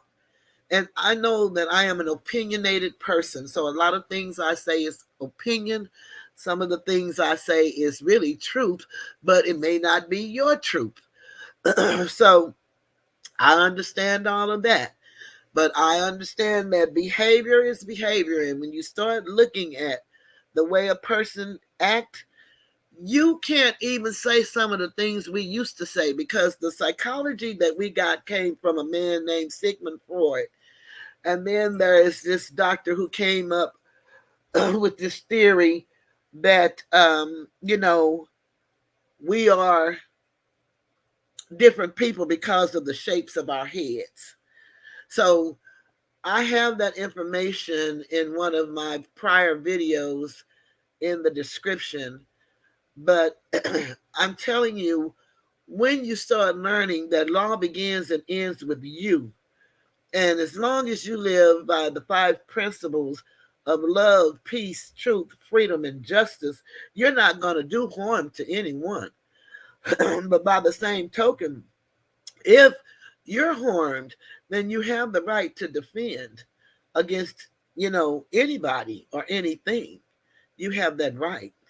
So, we just have to learn that we as women control the energy that can make this whole world change around. We have to show that nurturing and that love and that caring, but it has to start with that nurturing, the love, and the caring of that little girl that's inside of each of us. Because a lot of us, our little girls, have been wounded very badly, and we didn't have anybody that we could talk to or that we could trust. And when you don't know how bad you've been wounded, because a lot of us don't know, because we suppress it. We suppress the memories, we suppress the pain. And so what it does is it has a way of coming out and causing us to act out in other ways. If you don't deal with pain, I guarantee you, pain will deal with you. And for me, my pain, the way it dealt with me, is I became the savior, I thought, to mankind. and I thought I could save the world and help everybody. So, I never cared about being rich or having money because if I did, I would just give it away. Not that I didn't want it and that I didn't need it. It's just that I knew that I would give it away because I'm always trying to help somebody do something or be something greater than what they were a moment ago. You know. Now I'm a real nigga now. Don't think that I'm this angel from heaven. Nah, I'm real. I'm a real human being with real life issues. I don't purposely lie, but I damn sure can lie if I need to. I was taught by a great man, and my daddy taught us that sometimes the truth will get you killed just as quick as a lie. So hell, sometimes you gotta tell a lie. But I find in most of my life experiences, I have no need to lie. So I don't practice lying. But it's not that I can't or that I won't, because then I damn sure be lying if I said that. But what I try to do is live in my truth and then live in the honor of my mother who gave her life for her 8 children. She worked hard much of my life, 2 jobs. And I can't do nothing but love, honor, and respect that. I worked for 40 years, but I tried to work as less as I could. But I worked for 40 years and had some years on a couple of jobs. So when we really start understanding that we're more alike than we are separated, and a lot of people get caught up in looks and beauty, but that's in the eye of the beholder. You can tell a person, you don't know that person by when you first meet them, what they say or what they do, but there is something in you, and that's that energy that we have that will let you resonate with the person, or it will have you pushing back from a person. And sometimes you could meet them on the wrong day at the wrong time. So just because you meet them today and you all don't quite jive, that does not mean that you cannot talk with that person or have any type of relationship. But I'm a person that believe in whatever your gut tells you, then it's telling you that for a reason. And you should listen to what your gut has to say. You should listen to what your heart has to say. And you certainly should listen to your mind. The mind, though, is a tricky thing because one thing that I've learned in my studies, and I don't have any college degrees, I have scholarship, but I'm not the greatest scholar in the world. And I obtained my scholarship by reading the books that the people that got the college degrees read. So I understand some things I don't. I get a little confused about. But one thing that I've come to know is I think I lost my train of thought, and that's why I sound like I'm rambling. But we can make a difference in this world. And we have to quit excusing unacceptable behavior. I don't care who's doing it. And I don't want to find myself in the middle of no YouTube wars, but I don't control that. I'm built for it, but I don't control it, nor do I want it. So I try to just stay in my lane and talk about things that can uplift us as a people. I have opinions on a lot of different things, and I am a strong believer in if someone attacks you, then you cannot dictate to me how I strike back. You can't do that. My daddy taught us as kids don't play touching. Don't do it. He said, because see, you might tap somebody and then they might knock the shit out of you and knock you out. Okay? And so you go tell them that I didn't hit you that hard. Well, No, you didn't. But you hit them is the point.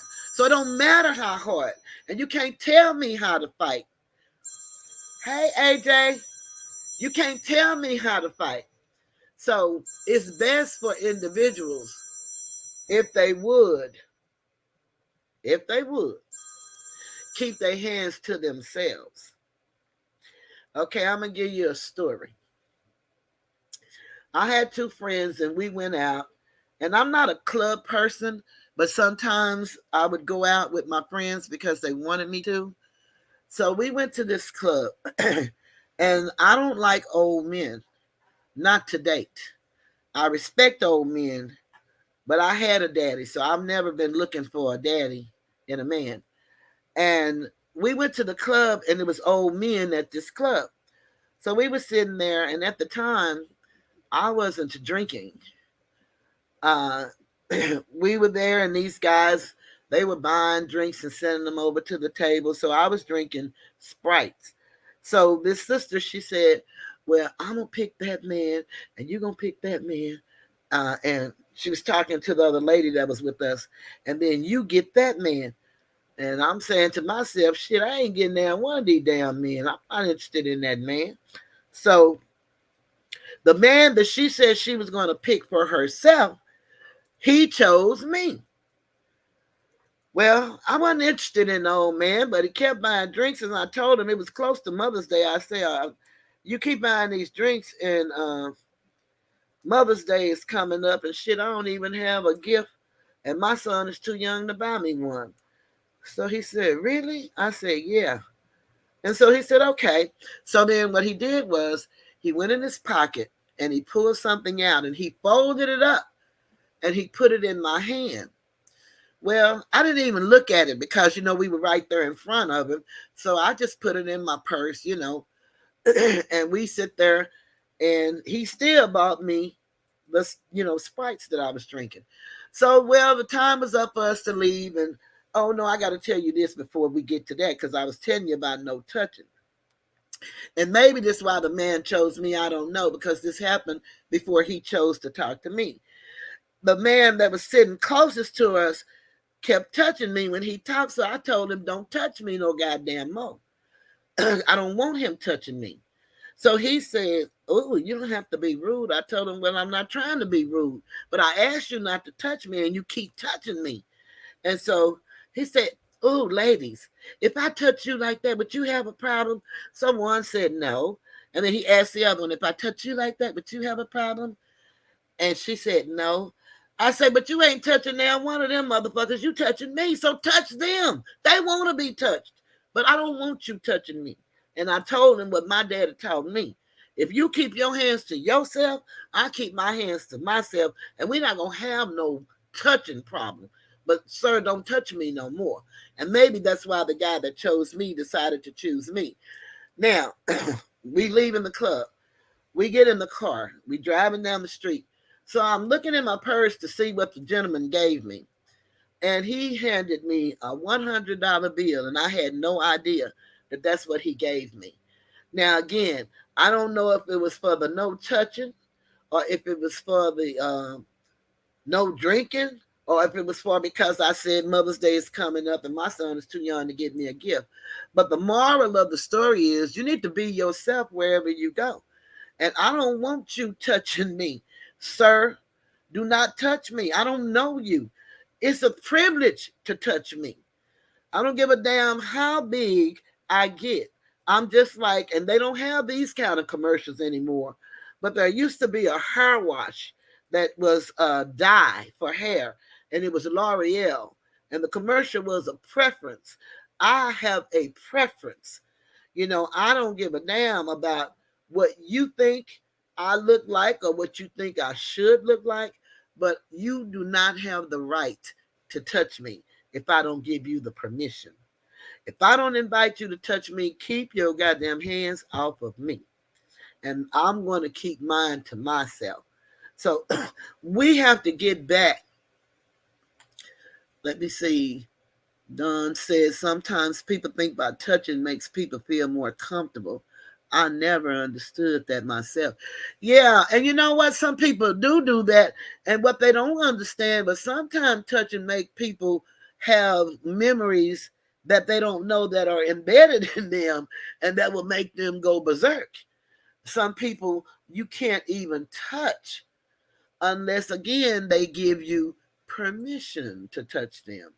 So, it's just crazy. And since you don't really know, the best way to approach that is the way of the common law, which is if I don't bother you, then you don't bother me. And then we don't have no issue.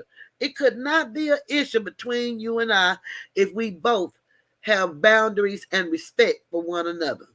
It just cannot be. And, we have to quit blaming and start claiming and naming our own shortcomings, because that's really where the problem lies, is our own shortcomings and what we're going to do about them. And you don't owe nobody no explanation about nothing. But if you live true to yourself, you're going to be true to everybody around you. And if a person have a problem with your truth, then you have to use my language. Then fuck you. And it's just that simple. I mean, that's simple to me. Now, nobody have to live like that. They don't have to take that idea, but that's an idea. If you don't bother me, I won't bother you. But if you bother me, now we have a problem. I'm not a fighter. So I had 3 fights and lost all 3. And so I don't do no fighting, not physically. And now I'm too out of shape and too old to try to do any physical fighting. But I will get down with you in writing. That's what I believe in. And that's why I read a lot. And I want to know my rights. I want to know your rights. I want to know how to respond when opposition come my way, because I'm not going to respond physically. I want to be able to respond in a way that you know that I was there. I want you to feel me in the right way. And that's how I'm going to do it. Or we can let each other go and then we don't have no issues still. But we as the people have to realize that, okay, somebody who's looking up the words, look in the PDF file, Black's Law Dictionary, and look up the word minority. They call us minorities and we call ourselves minorities. But minority is not what we think it is in law. In law, minority refers to the smaller number in a voting system. That's what minority means. But it also means minor, that you haven't reached the age of maturity. And that's the definition that they use minority when they're speaking of us. So anytime you call yourself a minority and then you get treated like a child by the establishment, it is because that you voluntarily told them that you were a minority. Just because people say something or call us something doesn't mean we have to agree. And better yet, we got to learn to start disagreeing. And anything they present to us in writing, we must present back to them a rebuttal in writing. That's how this world is ran in the law of contracts. We don't look at it as contracts, but I tell you, good people, it is contracts that people are ruling us by, because they're ruling us as if we are corporations. And once we start talking about jurisdiction and territories and comprehending what this really is, where we live, where we are, that each state is a country of itself. That's why when you go to Article 3 of the Constitution, if you would go read that and read about the diversity of citizenship, And when you look at how they talk about the states and the rights of each state and how they're a foreign one to another, a lot of us think the word foreign means distance, outside of this country. Well, America, the United States, is not a country. We got to start looking at it for what it is. It is what? It is a continent. This is North America, a continent. So we have to start putting ourselves in a better position. Yeah, we're behind. That's true. But we don't have to stay behind. We won't ever catch up to that degree, but we can learn the truth and then put ourselves in a position to do what we need to do. You know, I used to ask the question, okay, so even if we find out who we are and we start doing what? Because who's going to run the country? And then someone made the statement to me, we're doing it anyway. And that's true. Look at any entry level job on any big Fortune 500 company and see who's running the company. We are. So we have the people, we have the knowledge, it's in us. And if we get in tune with nature, then our memories will come back and we can remember who we are and where we come from. We have such a rich heritage. We hear that and we don't know what that means, but it means that we are the people that they want to divide and say that we're not. We're those people. We're all of us here in America and other places, because we are the people of the land. And what they did, as we go back to the maritime that I started out talking about, they took us and separated us from the land by using the maritime and admiralty law. But when you read it in the Constitution, it is not written for them to do that. But of course, I don't know how many are aware of the 1871 organic act of Congress, when they overthrew the government and the government ceased to exist. I don't know how many are aware of that. And I don't know if you all are familiar with the Dred Scott case, but that is the famous case that every person that is Asiatic, African American, and you say African American, one and the same. Africa and America is the same. The Empire of Morocco resides here, and that's another story. But what I'm telling you is, we all need the Dred Scott case because that explains to you why they treat us like they treat us. Then there is a case, the William Dungy case.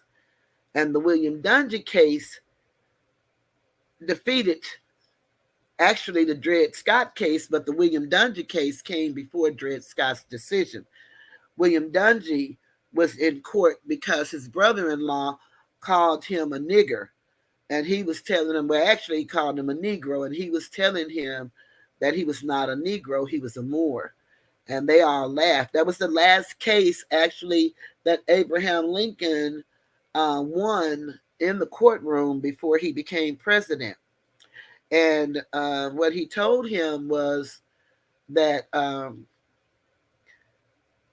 actually he was a Moor and not a Negro, because a Negro takes you out of the human family and it makes you not heritable. And we need to become heritable by being who we are. We're not who we are. We who they say we are. And then when we try to share it with our people, they think we crazy, or you one of them people, you atheist. You no, none of that. Once you start learning etymology and understand where words come from, You will learn that the word God comes from the word good, comes from the word good, good, God, good. So when you hear them say God is good, that's true because God means good. But God as a person does not exist. That's a verb transitive. It's an action. That's why love is an action. Love is not a feeling, but we use our emotion to determine love. But love comes from not what you say to me, but it's what you do for me, with me, and around me, and to me. That's what love is. A mother doesn't just love a baby because she say I love you. She has to nurse the baby. She has to feed the baby. She has to clean him, because the baby is totally dependent upon her. She has to hug him or her, nurture. She has to impart wisdom by teaching because it's putting us all to know right from wrong, you know, it's putting us to know that. But if we're not taught the difference, we got to be taught the difference. Because if you notice, a child will tell you no way before they'll tell you yes. A little bitty baby, they love to say no and know exactly what it means because they study our behavior. Okay, seriously, you said how it makes you feel. Okay, tell me what you're saying, how it makes you feel, so I can see if I'm on the same page. I just want to see if we're on the same page. But you know, action is what it's all about. Love is a beautiful thing, but when the light bill do, you can't tell them that you love them so much, or you love the fact that they allowed you to have mites the month before. If you don't pay that bill, you're gonna be uh, kind of in the dark.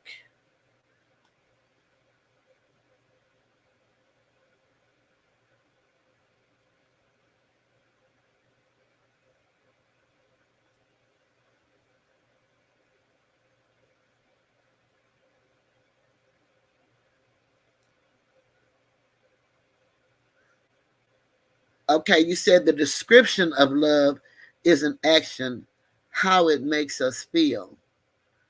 Okay, now see that. I guess you're. Mm, I don't understand what you're saying, and I usually can kind of understand something. And I guess you said the description of love is how it makes you feel, the action of what you do, how the action makes you feel. Is that what you're saying? Tell me if I'm on the same page, because sometimes my thinking can be way off in left field. So is that basically what you're saying? The action of the love, how it makes you feel, and that's why we deal thinking love is a feeling.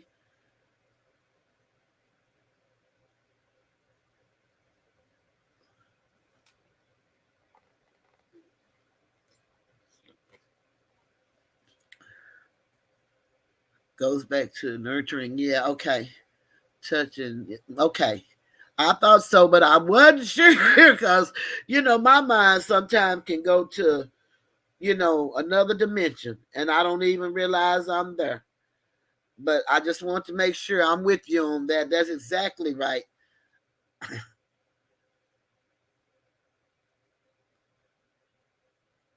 Exactly. But like, seriously, she broke it down to me where I saw that we were on the same page, and that was about like the touch. Yeah, because they said that if a baby, if it goes so long without human touch, that it could literally die. So that's believable. The touch, the hug, the kiss, then that makes you feel secure. It makes you feel happy. It makes you want to be in the presence of, as opposed to if you're in an environment where it's hostile. And a kid doesn't know the difference between hostile and happy, not by way of definition, but they do by the way, as you said, seriously, it makes them feel. They know when it's fear involved, or they know when it's time to laugh. And I used to get in trouble because shit, sometimes I didn't know the difference. And I would get in trouble. Cause shit, how we as mothers, we have this look that we give our children, and they supposed to know that when you put them damn eyes on them, they ain't supposed to act like that. Well, it took me a minute to understand the rules. And I used to get in trouble because sometimes them looks came and shit. I didn't know what them looks meant. Hell, I don't know if I was looking back the same way or what, but I have, gotten a couple of whoopings because I didn't catch the look. Some things that we should be able to say, I mean, without saying words verbally, and that's one reason why if you learn how these people claim that they such experts and they can tell when you lying and shit like that, body language is the only language that doesn't lie. And if you understand what I just said, you understand. But body language is the only language that you can speak that does not lie. And that's why they look, when they giving you the lie detector test and everything like that, they look for your little old behavior. Hey, nephew Mike, that's that's how they know your idioms. When you know how they give you the test, and then they say when they ask you a question, and Judge Judy is good at this. She called herself the human lie detector. But they ask you a question. Now, all other questions you answering just normal. You sitting there still, your eyes are straight. They ask you another question that you probably, maybe you really don't know, but you probably lying, because then you start shifting your eyes. And when you shift them one way, they got it meaning one thing. And when you shift it another way, they got it meaning another. And I know for me, this is something I do when I'm driving. Well, I used to, because I don't really too much drive on the freeway anymore. But when I was on the freeway and I would be driving, and you know how you jump in front of somebody, but you really didn't mean to jump in front of the damn people. You really didn't. But when I would do that, my hand would always go up on my head like I was scratching my head. And then I would wave, like I'm sorry. But that's just something that's a reflex. It automatically happens. So it's certain things that we do as humans whenever we're taken by surprise, or if we lying. Some people, their eyebrows go up, or they may, hey, thank you.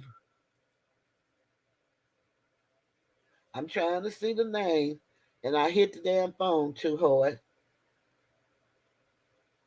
Thank you, Safray. Thank you so much for hitting that cash app. Okay, I'm gonna go with Skinny again. Hit that cash app. And I gotta do my Umar Johnson dance. I love Dr. Umar. I love him for his knowledge, y'all. His knowledge.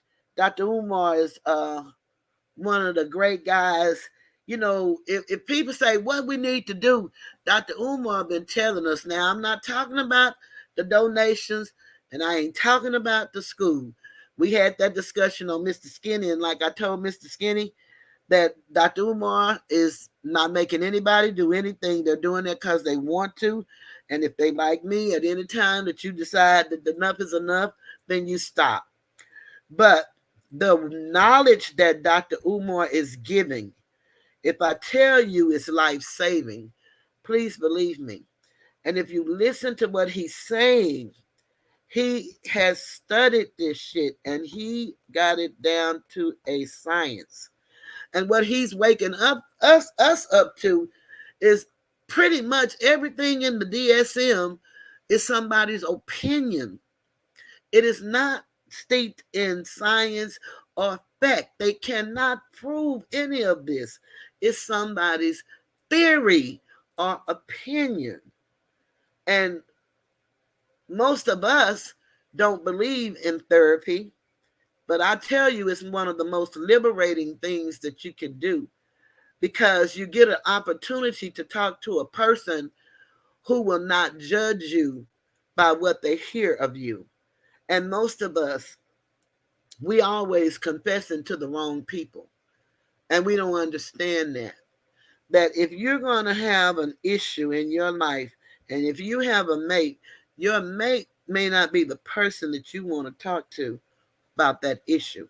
Now, I'm not saying be dishonest. That's not what I'm saying.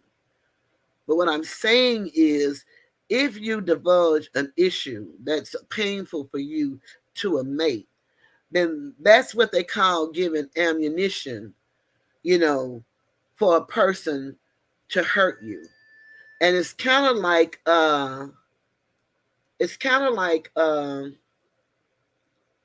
hold on one moment, please.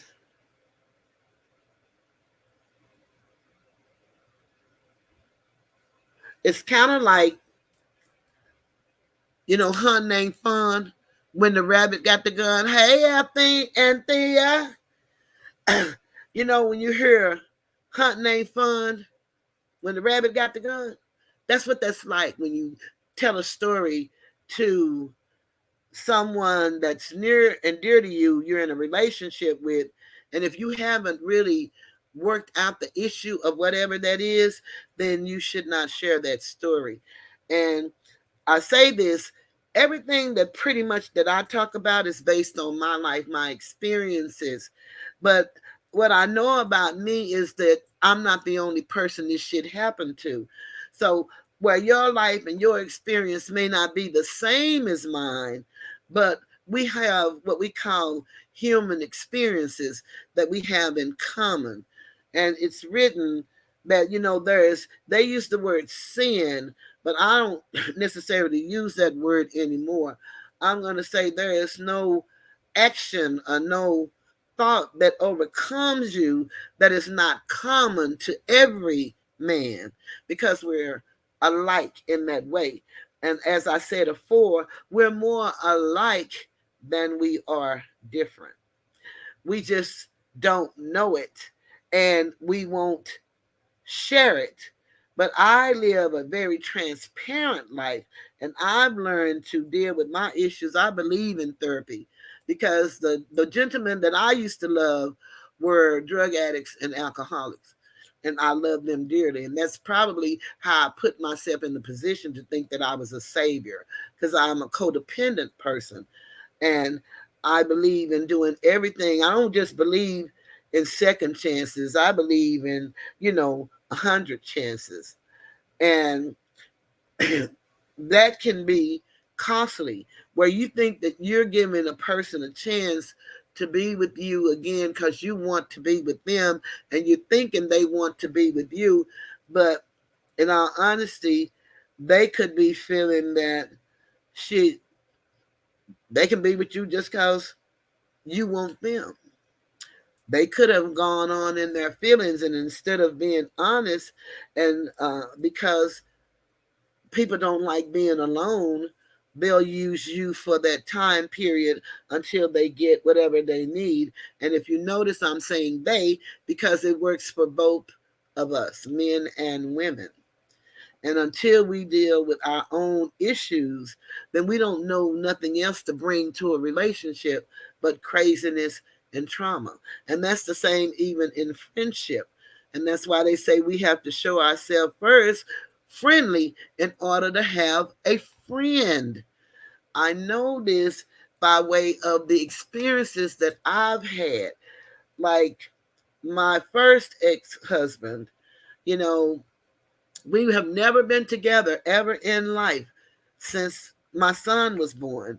My son is 40 years old. He'll be 41 this year, and his dad passed 2 years ago. So we'll never get that opportunity. But when we were together, we were truly what I believed was in love in a fairy tale story. When we dated, we were the kind of people that my ex-husband too is from Philadelphia, Pennsylvania, and his father is a world-renowned artist, Charles Searles Jr. Look him up, y'all. Look him up on YouTube. His paintings are still going for $500,000, and he's been dead for a while. But that's another story for another time. But with my ex husband, you know, we had the kind of love affair where we were at the stop sign, we was kissing. Everybody hated our ass. Everywhere we went, we were holding hands. And this is in the dating period. And then we fucked around and got married. And then I saw a different person. I know that he drank beer, but I didn't know to the degree because I'm 18 years old, so I don't know nothing about alcoholism and shit like that at the time. But once we married, he was going to college, and that's why he came to Dallas, and I was working because I didn't want to go to school. But we met at the school because my daddy was the type of person when you graduated high school, you was going to either go to school, get you a job, or move your ass out, and I wasn't moving out. So I went to school for that summer session, and then I got a job and I went to work. But we had started dating, and so I thought he was just the best thing. We, like I said, we couldn't even stop at the stop sign or the red light. And then when we driving down the street, shit, we could have had a wreck because we holding hands and shit, and he using one hand, and didn't learn how to drive until I taught him because he said they had the rails and all that kind of stuff in Philadelphia. And, at the time we didn't have all of that. Well, anyway, we got together and, everything was fine, I thought. And then I found out that he drank. And then I found out that he fought. And I never had, but 3 fights and lost all 3. So I wasn't a fighter, nor did I tell anybody what I was going through. Never told anybody what I was going through. But one of my cousins was with me one day when he slapped me and knocked me on the couch, past the couch, because the whole couch fell over. And she was so frightened, she hit my damn car trying to leave because she was very nervous. And at that time, my grandma was dying, but I still took it all in because, again, I thought that, he loved me, and I didn't have a concept of love really, and I didn't know it was about action, but because he really literally took care of me. We both had a job, but he did what I asked him to do. I only had to pay my insurance, and he paid all the bills. And I gave my mom money every week because we got paid weekly, and so did he because I asked him to. So I thought that was just something that happens, but I didn't tell anybody. And the fact that you don't tell anybody lets you know that that's not right. Anytime you choose not to tell somebody, that's not right. Not that people have to know everything that goes on in your business because really they shouldn't. But anytime you're being hit, touched in any manner, please know that that's not just the only time, baby, and it'll never happen again. That's a goddamn lie. I'm a living witness of it. But anyway, when we finally decided to break up, I left him running. And when I left him running, I came back home, and 2 weeks later, I was sick as a dog, and I went to the doctor and found out that I was pregnant with my only child. And I called him to tell him, and he said the most devastating thing to me that really hurt me so bad. But of course, I was that little puppy dog that took the hurt. And you know how they say the Energizer Bunny, take a licking and keep on ticking? But I took the licking and kept on ticking because he asked, was it his? And that was very, very, very insulting and disrespectful and hurtful. But we got past that, but we never got back together because I left him running 2 weeks earlier. So we never ever got the opportunity to live together as a family, even though we were married. So I tell young girls when I talk to them that, there's no shame in giving life if you're not married. We really hate that that happened, but if our young girls weren't having babies, we wouldn't have babies because Angela Stanton let us know how many we're killing every year, 328,000, because they have us deceived into thinking it's better to kill than to give life. It's really sad. But I told this whole story because we broke up and we have never been together as a family. My son never got to feel his mom and dad together under the same roof. And they look a lot alike. Um, So what happened was we decided we were going to try to get back together. My son was about 2 years old, and we decided we were going to try to get back together. But he had been living with this young lady, and she worked for the state. And when you work for the state here in Texas, you get paid once a month. And we were supposed to move June 1st of that year. Unfortunately, our apartment wasn't ready. So it was June 15th when it was going to be ready. And I got the apartment, I found it and everything. And then he was going to pay for the moving and have the movers move us. And we were going to be together as a family. And the day came when it was time for us to move. It was a Saturday morning. And, he wasn't here by the time I thought he should have been here. And so I called him and I'm like, what time you coming? You know? And he's like, you know what, Cheryl, I'm sick of you calling me, bothering me. I'll be over there in a minute. And I'm like, damn, that's strange. I didn't understand that.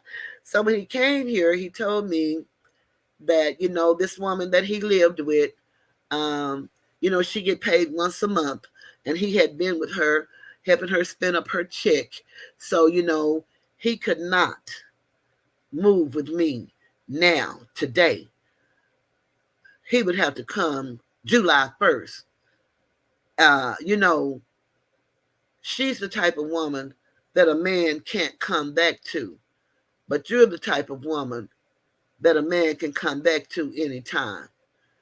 And you can take it or you can leave it. And with tears, a little tear, it was one rolling out of my little eye.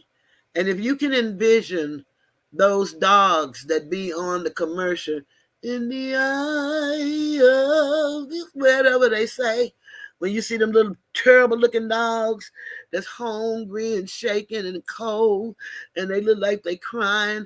Well, that's about I felt like that at that moment. I could hear that music in my head and it wasn't probably even out then. But that's how I felt. And the little tear rolling. And I told him I think I'll leave it. And so I left it. And we have never ever been together as a family. But what I did do as a mother and as a woman, I kept the lines of communication open between he and his son. And unfortunately, he didn't do his part by contacting his son because I got his son a phone so he wouldn't have to talk to me. He could talk to his son. So my son has had his own phone since he was 10 years old so that he could communicate with his dad. And oftentimes when he called, it would be on my phone. Now, me and him couldn't get along, but that's the phone he would call on all the time. And my son, when he went off to college and when he came back, he would look for his dad because we lost touch with him. And he would find him, and he wasn't always doing good. Now, he went to school and he got a degree.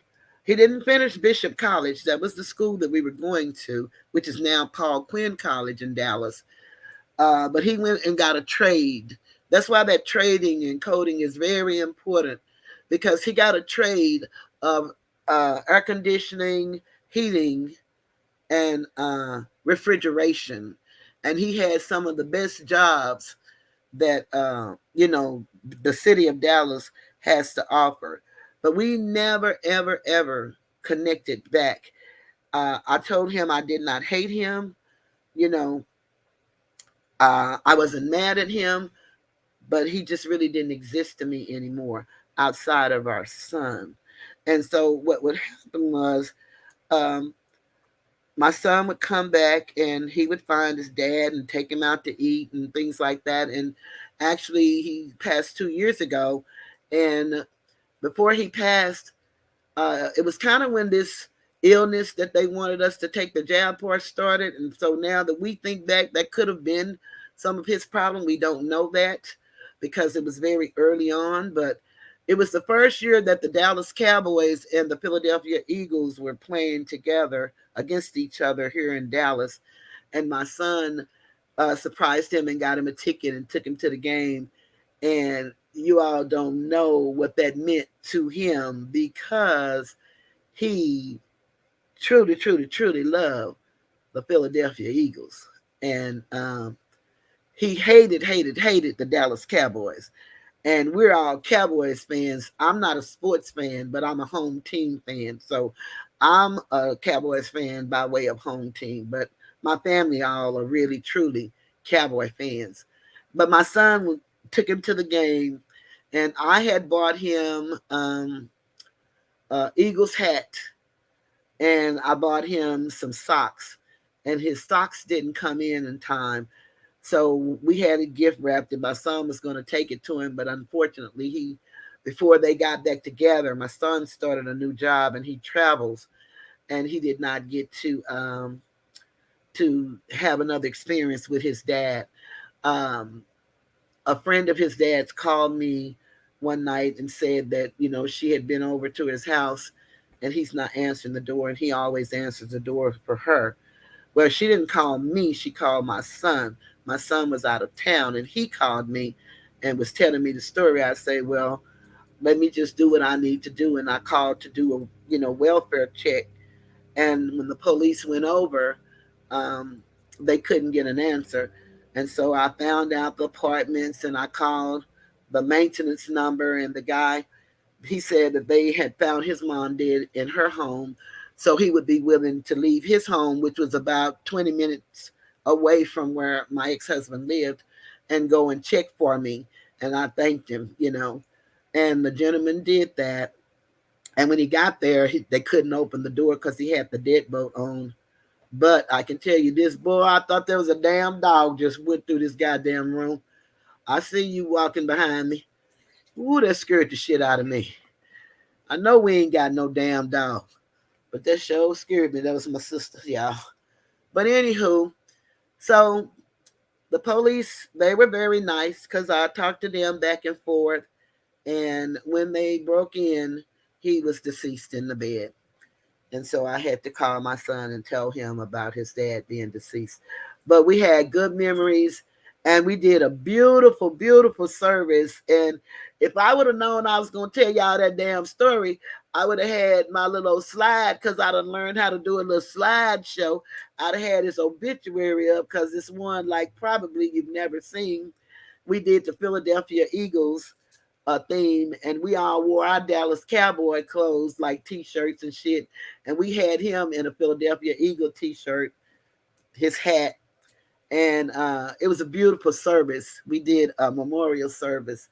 But even though I told that whole story to tell, that see, we all got to be responsible for what we're responsible for. And one thing I knew about with my ex-husband, my mouth is so cold with it. To a lot of the shit, I'm not the reason that that man touched me. He should have never. But I do know that I provoked a lot of shit, because I could talk shit and he couldn't. Not as good as I could. Now anybody can call you a bitch and a hoe and a dick sucker, and that don't mean nothing to you if you know that shit don't apply to you. But our men, and that's why when Kwame started talking about us effeminizing men and emasculating them, I didn't do the effeminizing, but the emasculating I can relate to, whether I want to or not. I would have to be honest with myself. And some of that shit I was doing, I didn't even realize that that's what I was doing. And that's when it's dangerous, mothers, when we don't realize that's what we're doing. And then we always got an excuse for why we do what we do. But when you get real with yourself, and I got real with myself a while back, where I had to actually, I went to therapy. I put my son in therapy. I believe in therapy. Uh, we did what we needed to do. And then I started doing my own self help work. I believe in self help. I do. Uh, Kwame told that guy, "You tough love, I'm self love." I believe in that. Self love, self help. And I'm going to tell you, anything you deal with, if you don't learn about whatever it is you're dealing with, you're going to get fucked. I don't care what it is. If you have to rely on somebody else to tell you about you and your business, you're getting fucked. I'm just telling you. That's just the only way I can say it. But I can tell you this. Thank you for the rest in peace. But I'm very happy the way that story ended. I'm very happy. because my son was the man that he wanted his daddy to be. He became that man. And my ex-husband didn't have a relationship with his son like he should have because he still had feelings for me after he fucked over me. Okay? Now the feelings weren't there when we had a chance to work it out and do it. It came after he did what he did. Cool, fine, whatever. I can live with that. I did not hate him. And my son and I did everything that we needed to do to make sure he had a beautiful going home service. And that's what we did. And everybody enjoyed it. I mean, we had a beautiful time. And we didn't do it traditionally. We did it our way. And we honored him the way he lived. And it was, I feel real good about it. And my son feel good about it. And that's what matters to me. You know, I love the tiger, but I call myself a lioness. I'm a Scorpio by zodiac, but a lioness is going to take care of her cubs, and she's going to do everything in her power to make sure that that child make it to the age of maturity. And so that's what we as mothers want to do. But what we don't understand, understand, and overstand, that all of us had some traumas in our life, some worse than others, but we all had some issues that we haven't quite dealt with. And then we expect our men, the ones that we choose or the ones that choose us, to come in and be, I'm just going to say this because it's a song, Captain Save-A-Ho. Not because we know ho. I just want to say that because that's a song and that shit sound good in that sentence to me. So that's why I want to say that, to be honest. But we want our men to come in and understand without us even having the conversation, you know what I'm saying? Our issues. And they supposed to know how we were treated or what made us hurt. And they supposed to automatically be able to take care of that. And until we heal the little girl that's in us, because we all got that little girl. Some had a good experience, some had worse than others. But we've all had life experiences. And until we heal that little girl and get comfortable in the skin that we're in. Because, see, I tell people, I went and spent $3,000 for some goddamn dentures 2 years ago. And if I'd have ever known I was going to be getting on this YouTube talking about damn toothless tiger, I would be $3,000 richer. I wouldn't have bought them damn teeth. I would not have bought them because I am so who I am when I'm at home, when I'm comfortable. I'm in my element. I tell people when I started out a brick. Then I moved to a brick house. Then I moved to a mansion. Then I went to a whole fucking plantation. And I ain't never met a man that didn't want a plantation. And what I mean by that is a place with land and a big old beautiful home. I ain't met a man who didn't want that. And men ask me for the P word. Trust me, they do. But the vowel that follow that P ain't no fucking O. It's a U. And I try to give them every pound I got if it's one that I want to be with. So I don't get hooked on the look. I done been all sizes. I done enjoyed the best that life has to offer. And I am who I am today. And I am happy. But it took some work to get here. Oh, it took some work. When I was at my smallest, I was on a fucking diet. Why? Following that image of the European woman on TV. I never believed in the colors and the dyes, but I wasn't against anybody who believed in that. It's your thing, do what you want to do. I cut all my hair off because I don't believe in weaves and I don't believe in wigs for me. But my hair started going bald up in here. And I believe it's the medications I was taking, but my hair grows down past my shoulder. But with a bald spot here and a bald spot there, I look like damn Bozo the Clown. So I say, fuck that, I cut it all off. Because I'm that girl. And I can do that. People, oh, that haircut sure looks cute on your face. Shit, it look cute on your face if you cut your hair. Because I don't get caught up in what people think. Although we all want to be thought of well. You don't want to treat everybody well and nobody treats you well. It's a balance.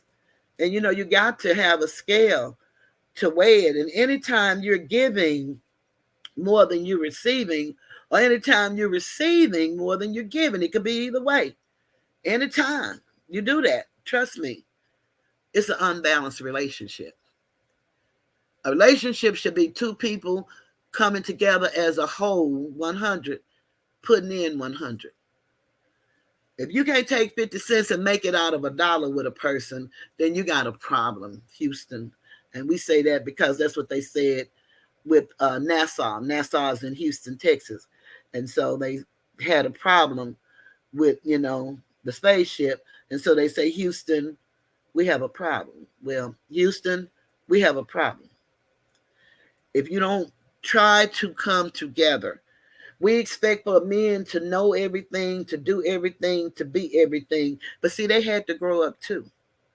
And oftentimes they had to grow up without a father. But I'm a firm believer that a man and a woman is who your mother created you to be, because your mother gave you life.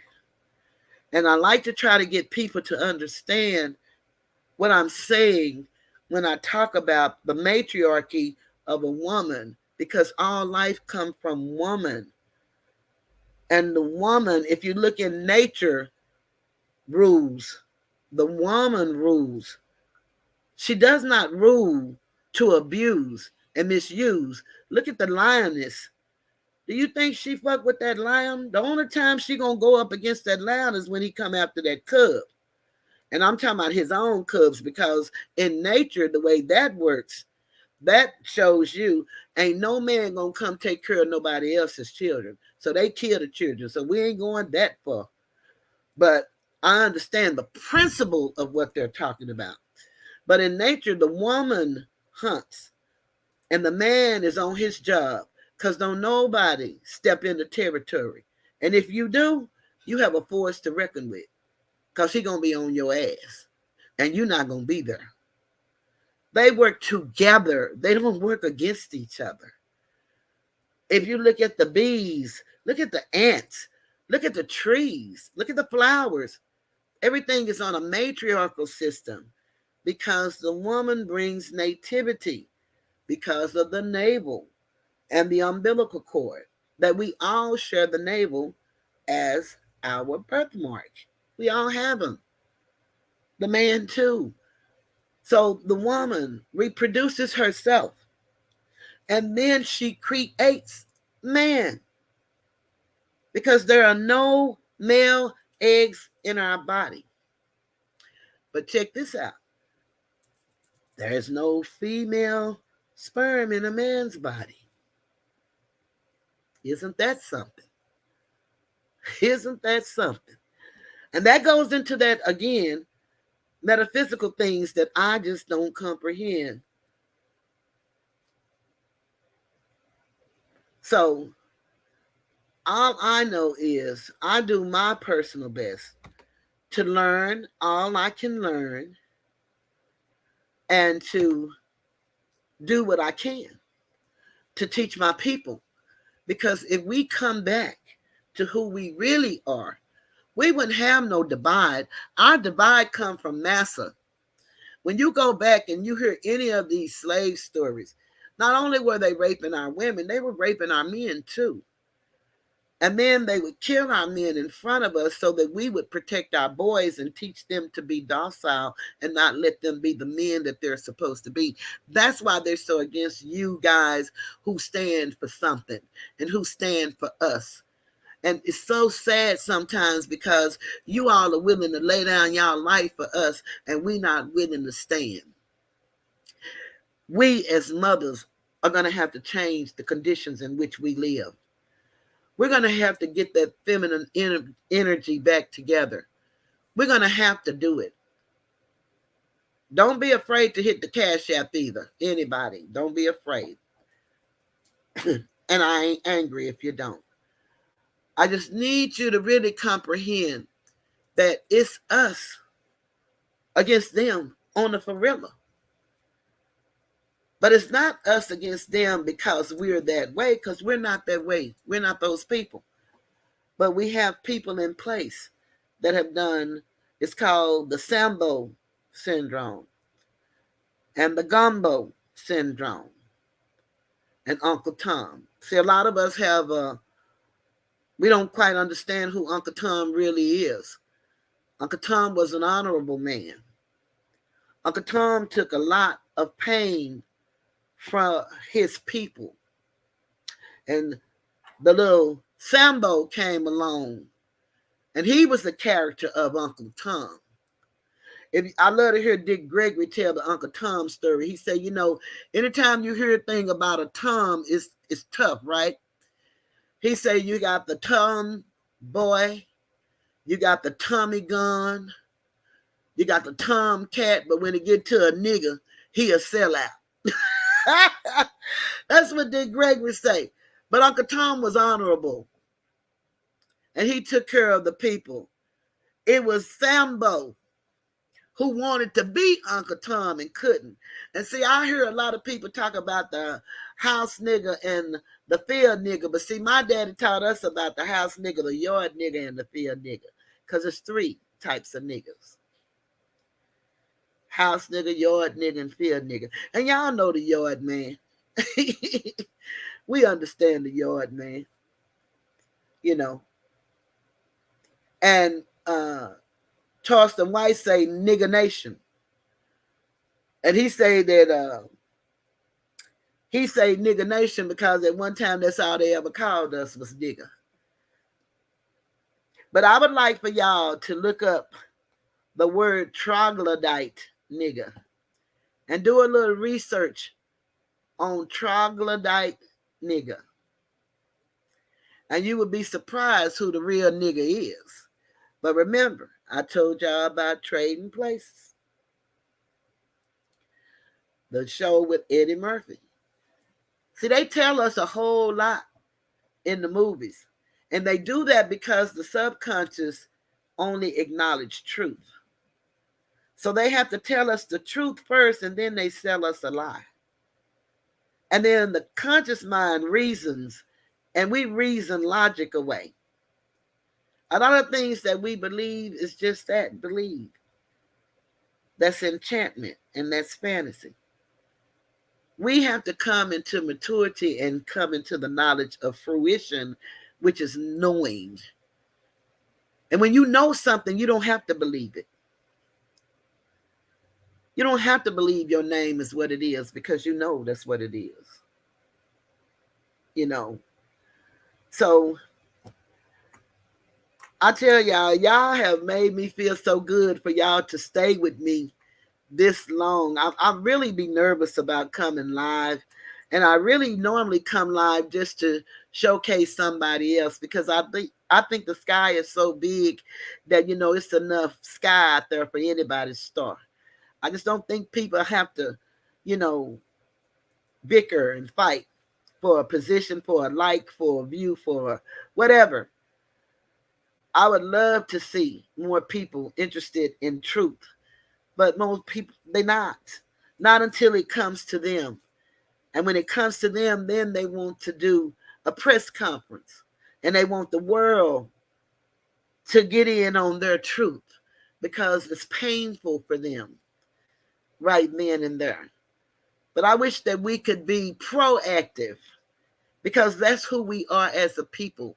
We just forgot who we are because they separated us. They did that on purpose. Everything they know, everything they do, they stole it from us. But we helped them because we did some bad things. And we sold us out.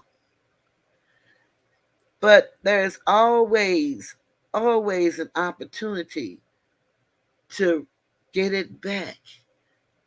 It's always an opportunity to have a change of heart, a change of mind, and do right from this point on. We don't have to live but we can never forget.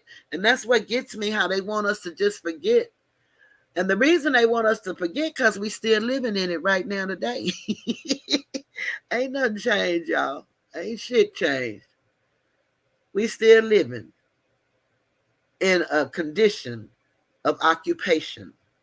And we are at war. War.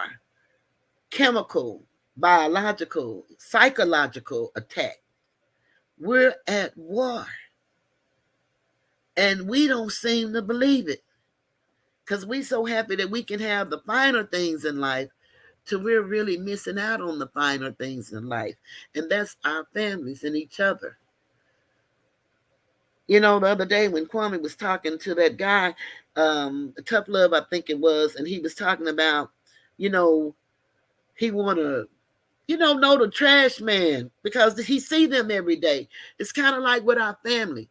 I don't know if y'all do this or if y'all know anybody that do this, but, a lot of us will tell our friends or our friends' parents, or different people we know that we associate with, we love them, but we won't tell our children that.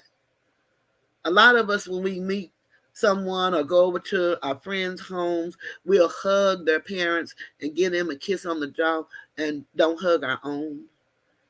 And a lot of that is because of the dynamics that went on in the home, that you don't feel comfortable because it wasn't about touching and hugging and loving and sharing.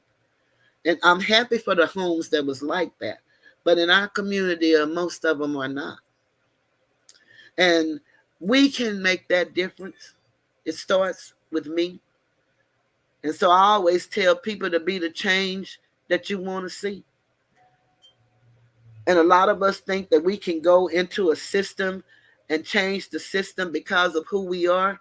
I would guarantee you, anybody who wants the book, and I think we all need to have this book. It's called Silent Weapons for Quiet Wars. Send me an email. I have my email address is wrote right there, scrolling on the screen right now, and I'll send you a copy of the book. And I need you to read it. It's only 44 pages, I believe, something of that nature, because it's a document, the secret document that was written somewhere back in 1952.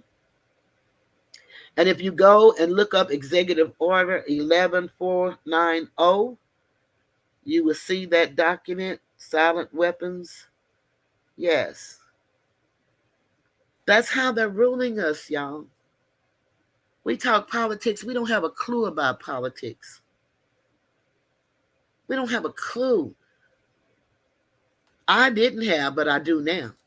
And that's why I read. And that's why I buy old dictionaries. You know, for real. I just bought so many damn codes. I bought USC 28, 15, 8, 4. A lot of us don't even understand why the flag is so important. But the U.S. flag that we see every day is a flag of commerce. It is not the country flag. But the flag was flown for when you go in other people's territory. Remember, we're going back to the sea, law of the sea, maritime, and admiralty. Check out the Constitution. But I tell you, if you get the dictionary, I looked up some words the other day. And I really had planned to do a video about this, but because Donnetria's camera still wouldn't, well, it wasn't the camera today, it was the mic. But I looked up some words the other day, and I promise y'all, if y'all go look up the word nation, the word nationality, you would be surprised at what the definitions are and how this situation really is. Naturalize is what you really need to know. Naturalize. Because they call us naturalized citizens, in the 14th Amendment. That means something, y'all. I don't know what this funny looking stuff look like with these people. I don't know if them real people's names or if that's the stuff, but it looks a little crazy to me. And since I got an opportunity to,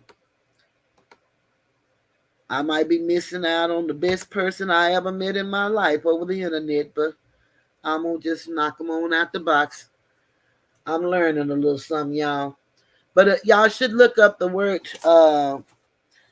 Damn, y'all should look up the word naturalize, naturalization,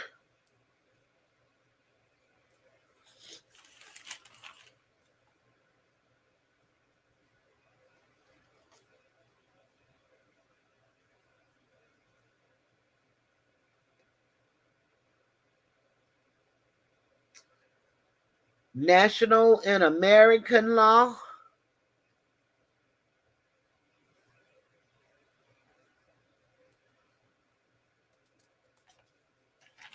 nation,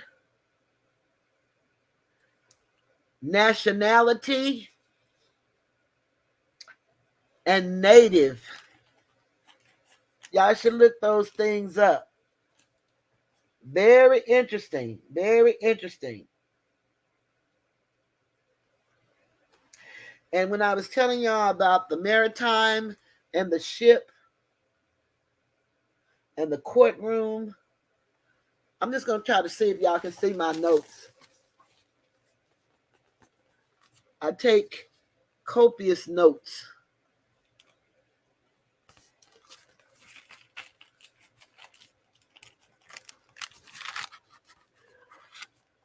Now, I looked all these words up in the dictionary, and then I take time and write them out. Because what I need to do is sometimes as I get older, my comprehension kind of gets off.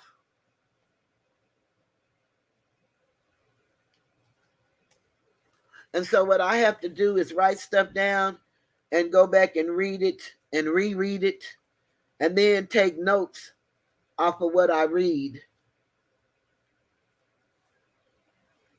And then, they call the Civil War a war for us as individuals. That's not true. That was a massacre. That's when they got rid of a lot of the people that we are, and we call them. Thank you, Don. I appreciate that.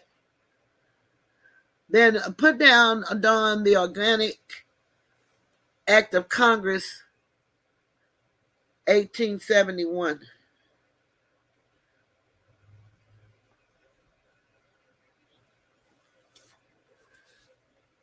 And look up the Geneva Convention, the treaties, the law of the land, Article 3.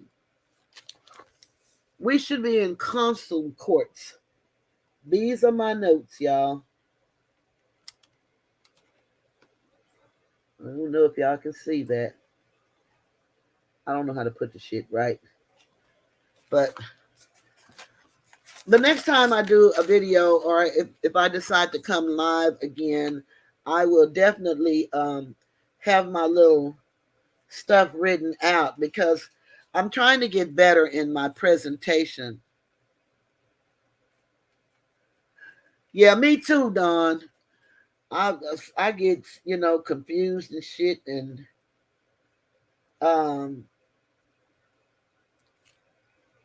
this is some of the stuff I was telling y'all that I saw that guy, and I'm gonna.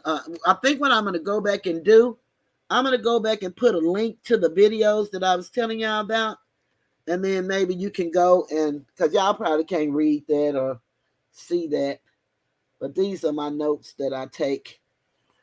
And sometimes I'm the type of person when I'm looking at somebody that I'm trying to learn from, I will stop the video frame for frame and write, what they're saying.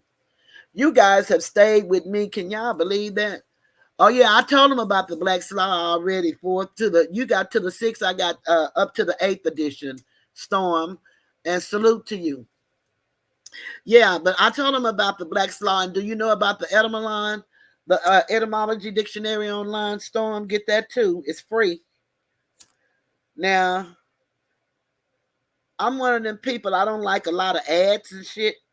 So on the etymology dictionary, I just pay for the subscription because I don't want all them ads. But yeah, I told them about that storm. Trust me. You can look at my videos and go in the descriptions. I try to give us somewhere to start so that we can comprehend. And like I said, I do most of my learning from Taj Tariq Bey, and a lot of people have issues because Taj he's been doing this for years, 40 years or more, and he is so humbled. Taj is the most humbled person. I think he and Kwame is a lot alike. Taj does it because he's a warrior, and I think I am too. But I think I'm a warrior on paper because I'm not a physical warrior. But on paper, you can't beat me. You can try. And I hate to hear my people always tell me, get a lawyer, get a lawyer. No, you don't need a liar. No, you need to start learning some shit for yourself. We need to present ourselves. Be who we are. We are the makers of law. The natural law, nature's God, the common law, not the colorable law. I need y'all to look up that word, color, in the law dictionary.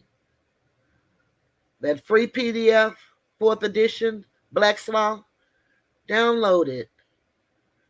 Look up color, colorable, and colored ED.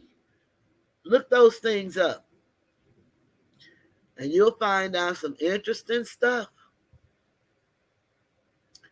We are waking up, and our young are hungry. They want to be a part. And we don't have to fight. We don't have to be angry. We don't have to be rude. If we learn the truth, we can just speak truth to power. We don't have to fight. If the fighting comes, then so be it. That's what we do. But might is not going to get us where we want to be. Might is not going to do it. I want to thank everybody for being with me for 3 hours. I cannot thank you enough. I will probably see you guys in somebody's chat tonight. I want to say again, thank you and happy birthday to Kwame. I hope he's enjoying his birthday today. And Mr. Skinny loves wrestling, and that's so funny because my son loves wrestling. He has been a wrestler, lover since he was a little boy, and I bought him his first little WrestleMan. And WrestleMania is coming to Dallas next month, and he's going to be there. And I've taken him. Thank you so much. Oh, my boy. Thank you so much, AJ. But he loves wrestling. And so I was asking him the other day when I talked to him, he told me WrestleMania would be in Dallas this time. I say so. And he has a friend that he met in the summer, one summer at a STEM program. They went and they've been friends ever since. And so he said that I asked him, was his friend going to go? Where was he and the friend going to go and stand in line and get the tickets? Because what they did the last time a wrestling big match was here, one of them went and stood in line, and when the other one got off of work, the other one went and stood in line.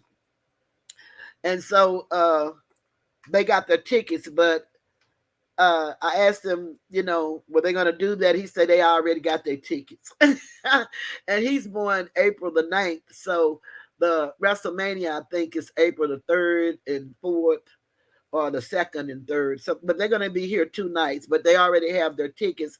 And then later on that week, he and his friend are going to do some things. So, I mean, I am just so excited. But when I heard Mr. Skinny talk about wrestling, because my son had so many wrestling men, in cases, and he loved wrestling to this day, even though he knows that it ain't really what he thought it was when he was a little boy. He loved, I guess, the art of it. I don't know, but he loves it, loves it, loves it. And when he was 1993, I took him to WrestleMania 9 in Las Vegas, Nevada. That was his birthday gift. And we were in the nosebleed section, and that ticket cost me $50 each, but we were there. And actually, I saw Luther Vandross after. Well, I'm the one who spotted Luther Vandross when we was up in the nosebleed. He was sitting down ringside next to Hulk Hogan's wife. And she had on all this flashy ass sequence dresses at a wrestling match at Caesar's Palace. Luther had on a leather jacket and some black pants and shit. And I was I loved Luther Vandross. I did at that time. I was a wee down home Luther Vandross fan. And maybe other people in that damn place saw Luther, but I know I spotted Luther from in the nosebleed section. Well, we leave after the WrestleMania is over, and we're at the Mirage waiting for the White Tigers to come. Lo and behold, I just happened to turn around, and who did I see? Luther Vandross walking. So I told my sister, I say, "That's Luther. Ask him if we could take a picture." Now, we did not ask to be in the picture. We just asked, could we snap a picture? And do y'all know that damn man? And I am going to speak of him as the live person. But that damn man told her, "No, I'm late for a show." And I went ballistic. I cussed that motherfucker so bad. And I walked behind that damn man cussing, and my poor son hollering, "Mama, mama, mama." I was so, y'all just don't know how much I loved me some Luther goddamn E. Vandross.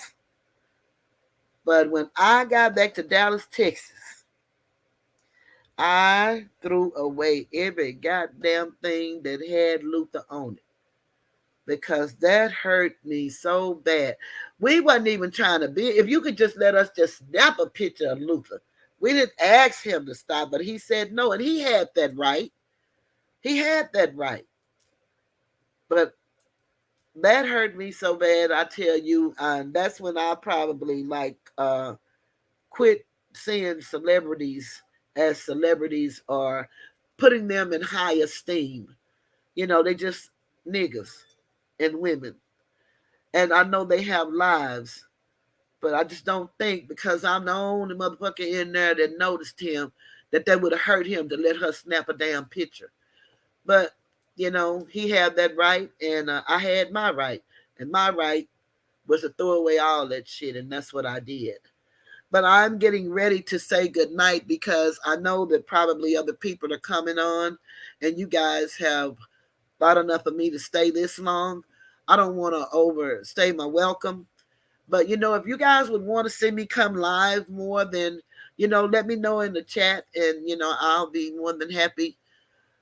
Well, I ain't going to say I'll be more than happy because sometimes I don't feel good, but I will do it more often. And then I'll even let some people come up and, you want to come up and express yourself or say something. I don't have answers for people to ask me about the 5%ers, the 1%ers, the 2%ers, the three. I don't have knowledge on the Muslims. I don't have knowledge on the Hebrew Israelite. I don't have knowledge of none of that. Only thing that I know is that anybody that looks like me is, to me, their bloodline is Moorish, Asiatic, American, because we all come from a Moabite, which is an ancient word, woman. So anything other than that, I don't get off into because I am not good with science and metaphysical, but we are all being mishandled by our own science. And that's why you have to navigate through these waters. And you notice a lot of the little sayings have to do with water. And you wonder, I used to wonder why was everything a ship, relationship, courtship, friendship, you know, whatever ship that you choose to use. There's a lot of ships in the dictionary. You can look them up. But, and it's because of who we are. Everything they do, subliminally, they're making fun of us, but they won't tell us who we are, and we fail to remember because we've removed ourselves so far away from nature. And that's why we don't connect right. But y'all, we are connected to something, and it's the source. And we're connected to the ground. We're connected to the sun, and we're connected to the moon. That's a part of our DNA. And these people want to be us. They traded places, they stole our knowledge, but they can't reproduce themselves like we can if they get with us, because our gene is the dominant gene. And so anybody that get with us becomes us. But if you go back to the beginning, if we all came from the same woman, we're all really the same. But again, that's another story for another show. But you guys have been kind and stayed with me, and I just want to say thank you. Please like the video, share it if you would. I always ask with 3 people, but if you would share it with one, I'll be happy. And leave a comment. I thank you guys for talking in the chat, but please go just leave a comment and let me know, what you thought. Anything you want to see different, or anything that you can tell me. I'm not no good person. I don't take no damn good critiques. I'm not like Kwame. I can't do it. But I do ask you to keep telling me the truth. I don't give a damn how I feel about it. I'm just in my feelings at that moment.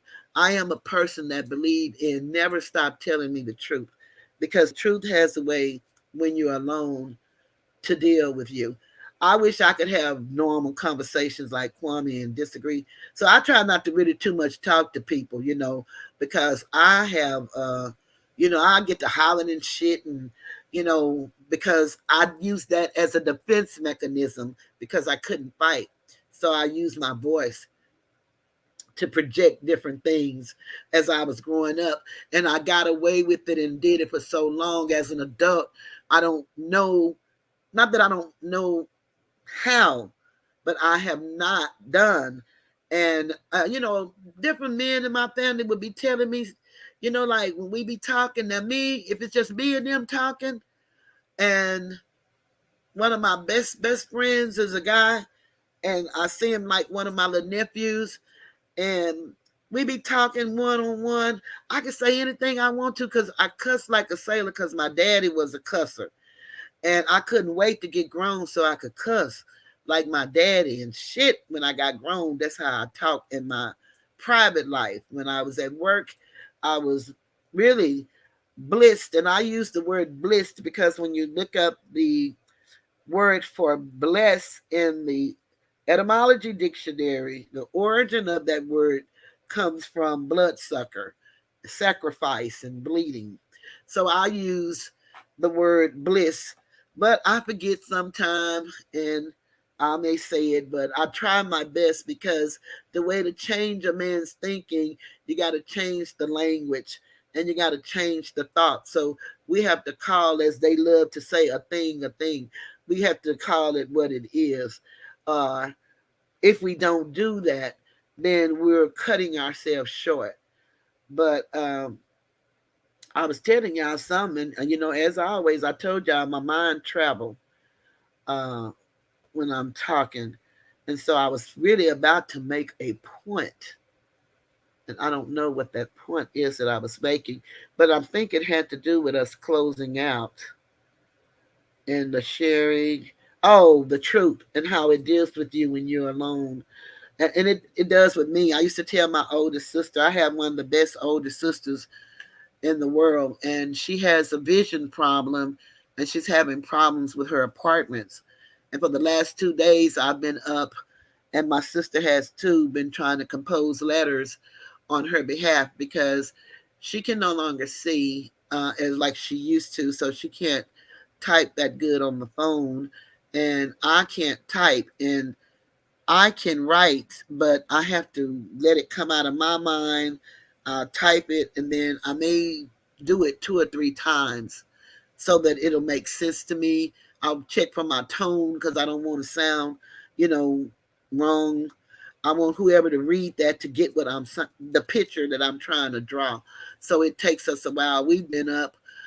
She's having problem with her apartments. The manager is real rude and threatening, like she's not going to renew her lease. And I'm trying my best to do this the proper way, but they're trying to make it very hard for my sister. And my sister is 72 and she doesn't deserve any of this. She is the greatest big sister, and she's just like next to my mom, because we lost our mom 28 years ago and we lost our dad. It was in 2008.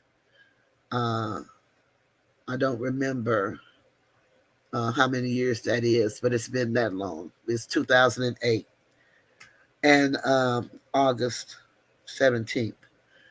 So it's very hard to see her going through this and for this girl to talk to her disrespectful. And my sister's been there 30 years. She actually done paid for that goddamn complex, but she wants her independence. And she has 2 beautiful children, and they do everything they can for their mom. And she wants her independence, and so they allow her to do that. But it's been really a struggle. And then with me being who I am, yeah, it is, AJ. It's really a shame. AJ says such a shame. It really is. 16 years. No, Dawn, 30 years she's been living there. Uh, oh, thank you, AJ. AJ says, always a pleasure spending time with you, and thank you for taking the time to share your experiences with us. Yeah, because I need us to really start loving each other. You know, and I don't mean people not defend themselves. I don't have no problem with that. I'm talking about us coming together as people and loving each other, because that's the only way we're going to defeat the enemy, is to have love one for another and respect one for another like we used to. And if I look high in the motherfucker here, but they probably say shit I'm high, but I'm not. I don't get high. But I've been up for a while. I work on behalf of those who can't quite do it for themselves. And what I can do is write. And that's what I do. And I have a lot of knowledge about different things. So, oh, okay, Don, I'm with you. Okay, since he passed 16 years, it's been that long. So it's a weird feeling, but one thing my mom and dad gave us was each other. And that's what they told us always, that all we have is each other. And my oldest sister is like our mom because she took care of us. It was 8 of us. And she had 2 brothers ahead of her, and they're both deceased. And then my next to the oldest sister is deceased. And so it's the 3 of us girls left, and I have 2 brothers, one older, and he's now our oldest brother. And then I have a baby brother that's 2 years younger than me. And so all we have is each other. And my sister and I, one of my sisters, we share our family home together. My mama was a maid, but she left us a home that we owned. And we're grateful. And then we have each other. And so we try to help each other out, because now we're the seniors. And if we don't pass on this knowledge, AJ, uh, when we're gone, they're not going to know. So I just believe in, whenever you learn something, if you would share it, but people, think I'm so opinionated and they really just don't want to hear shit I have to say. And I can kind of dig that, because I'm all of that. But I tried to do it in my mind. I am doing it in love, but maybe they don't consider that love. But what I do is want to give you keys of things you can go research. Don't take my word for it, because one thing about this knowledge is we got to own it for ourselves. You know, when you start understanding jurisdiction and citizenship, what that really means, and foreigner, when you start looking those things up and I would ask y'all to look up land in the law dictionary, and hereditament. Inheritments is called. Hereditament is the word. I'm saying and hereditament, but it sounds like I'm saying inheritments. But no, I'm saying hereditament.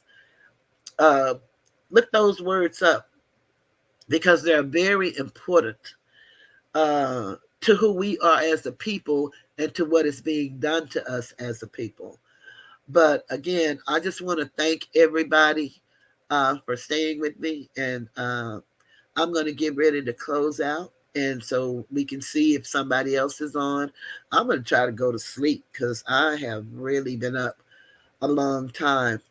I really hate that Donnetria's system did not work this time. We practiced last night. We did everything we could. And I promise you that it was working pretty good. So I don't know what happened today, but I do understand how that works in this city of Dallas.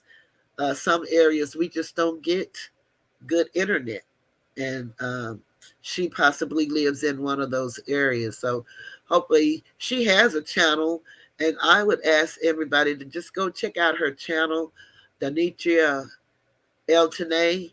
She does poetry and spoken word, and you guys can hear her do some of her poems.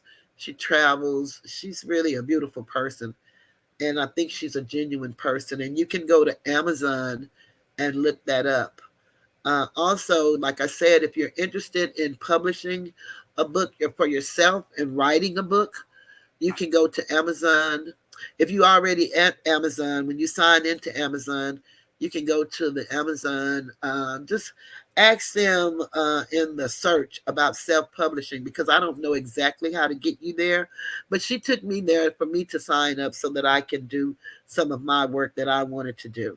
So I know that she truly hate that this happened, because she really wanted to just let you guys see and hear from her about her work. And I believe that she deserved that opportunity to do that, since it didn't work well the first time. But for whatever reason, we're going to call it a plus and not a minus. And y'all just look her up if you want to, see the type of books that she sell out on Amazon. And I'm going to bid everybody a good night and see you next time. But leave me a message in the comments if you'd like to see me go live more, or if the videos is okay, and if you have a question, and if you want the book Silent Weapons, then just send me an email and I'll send it back to you. I'm going to say goodbye.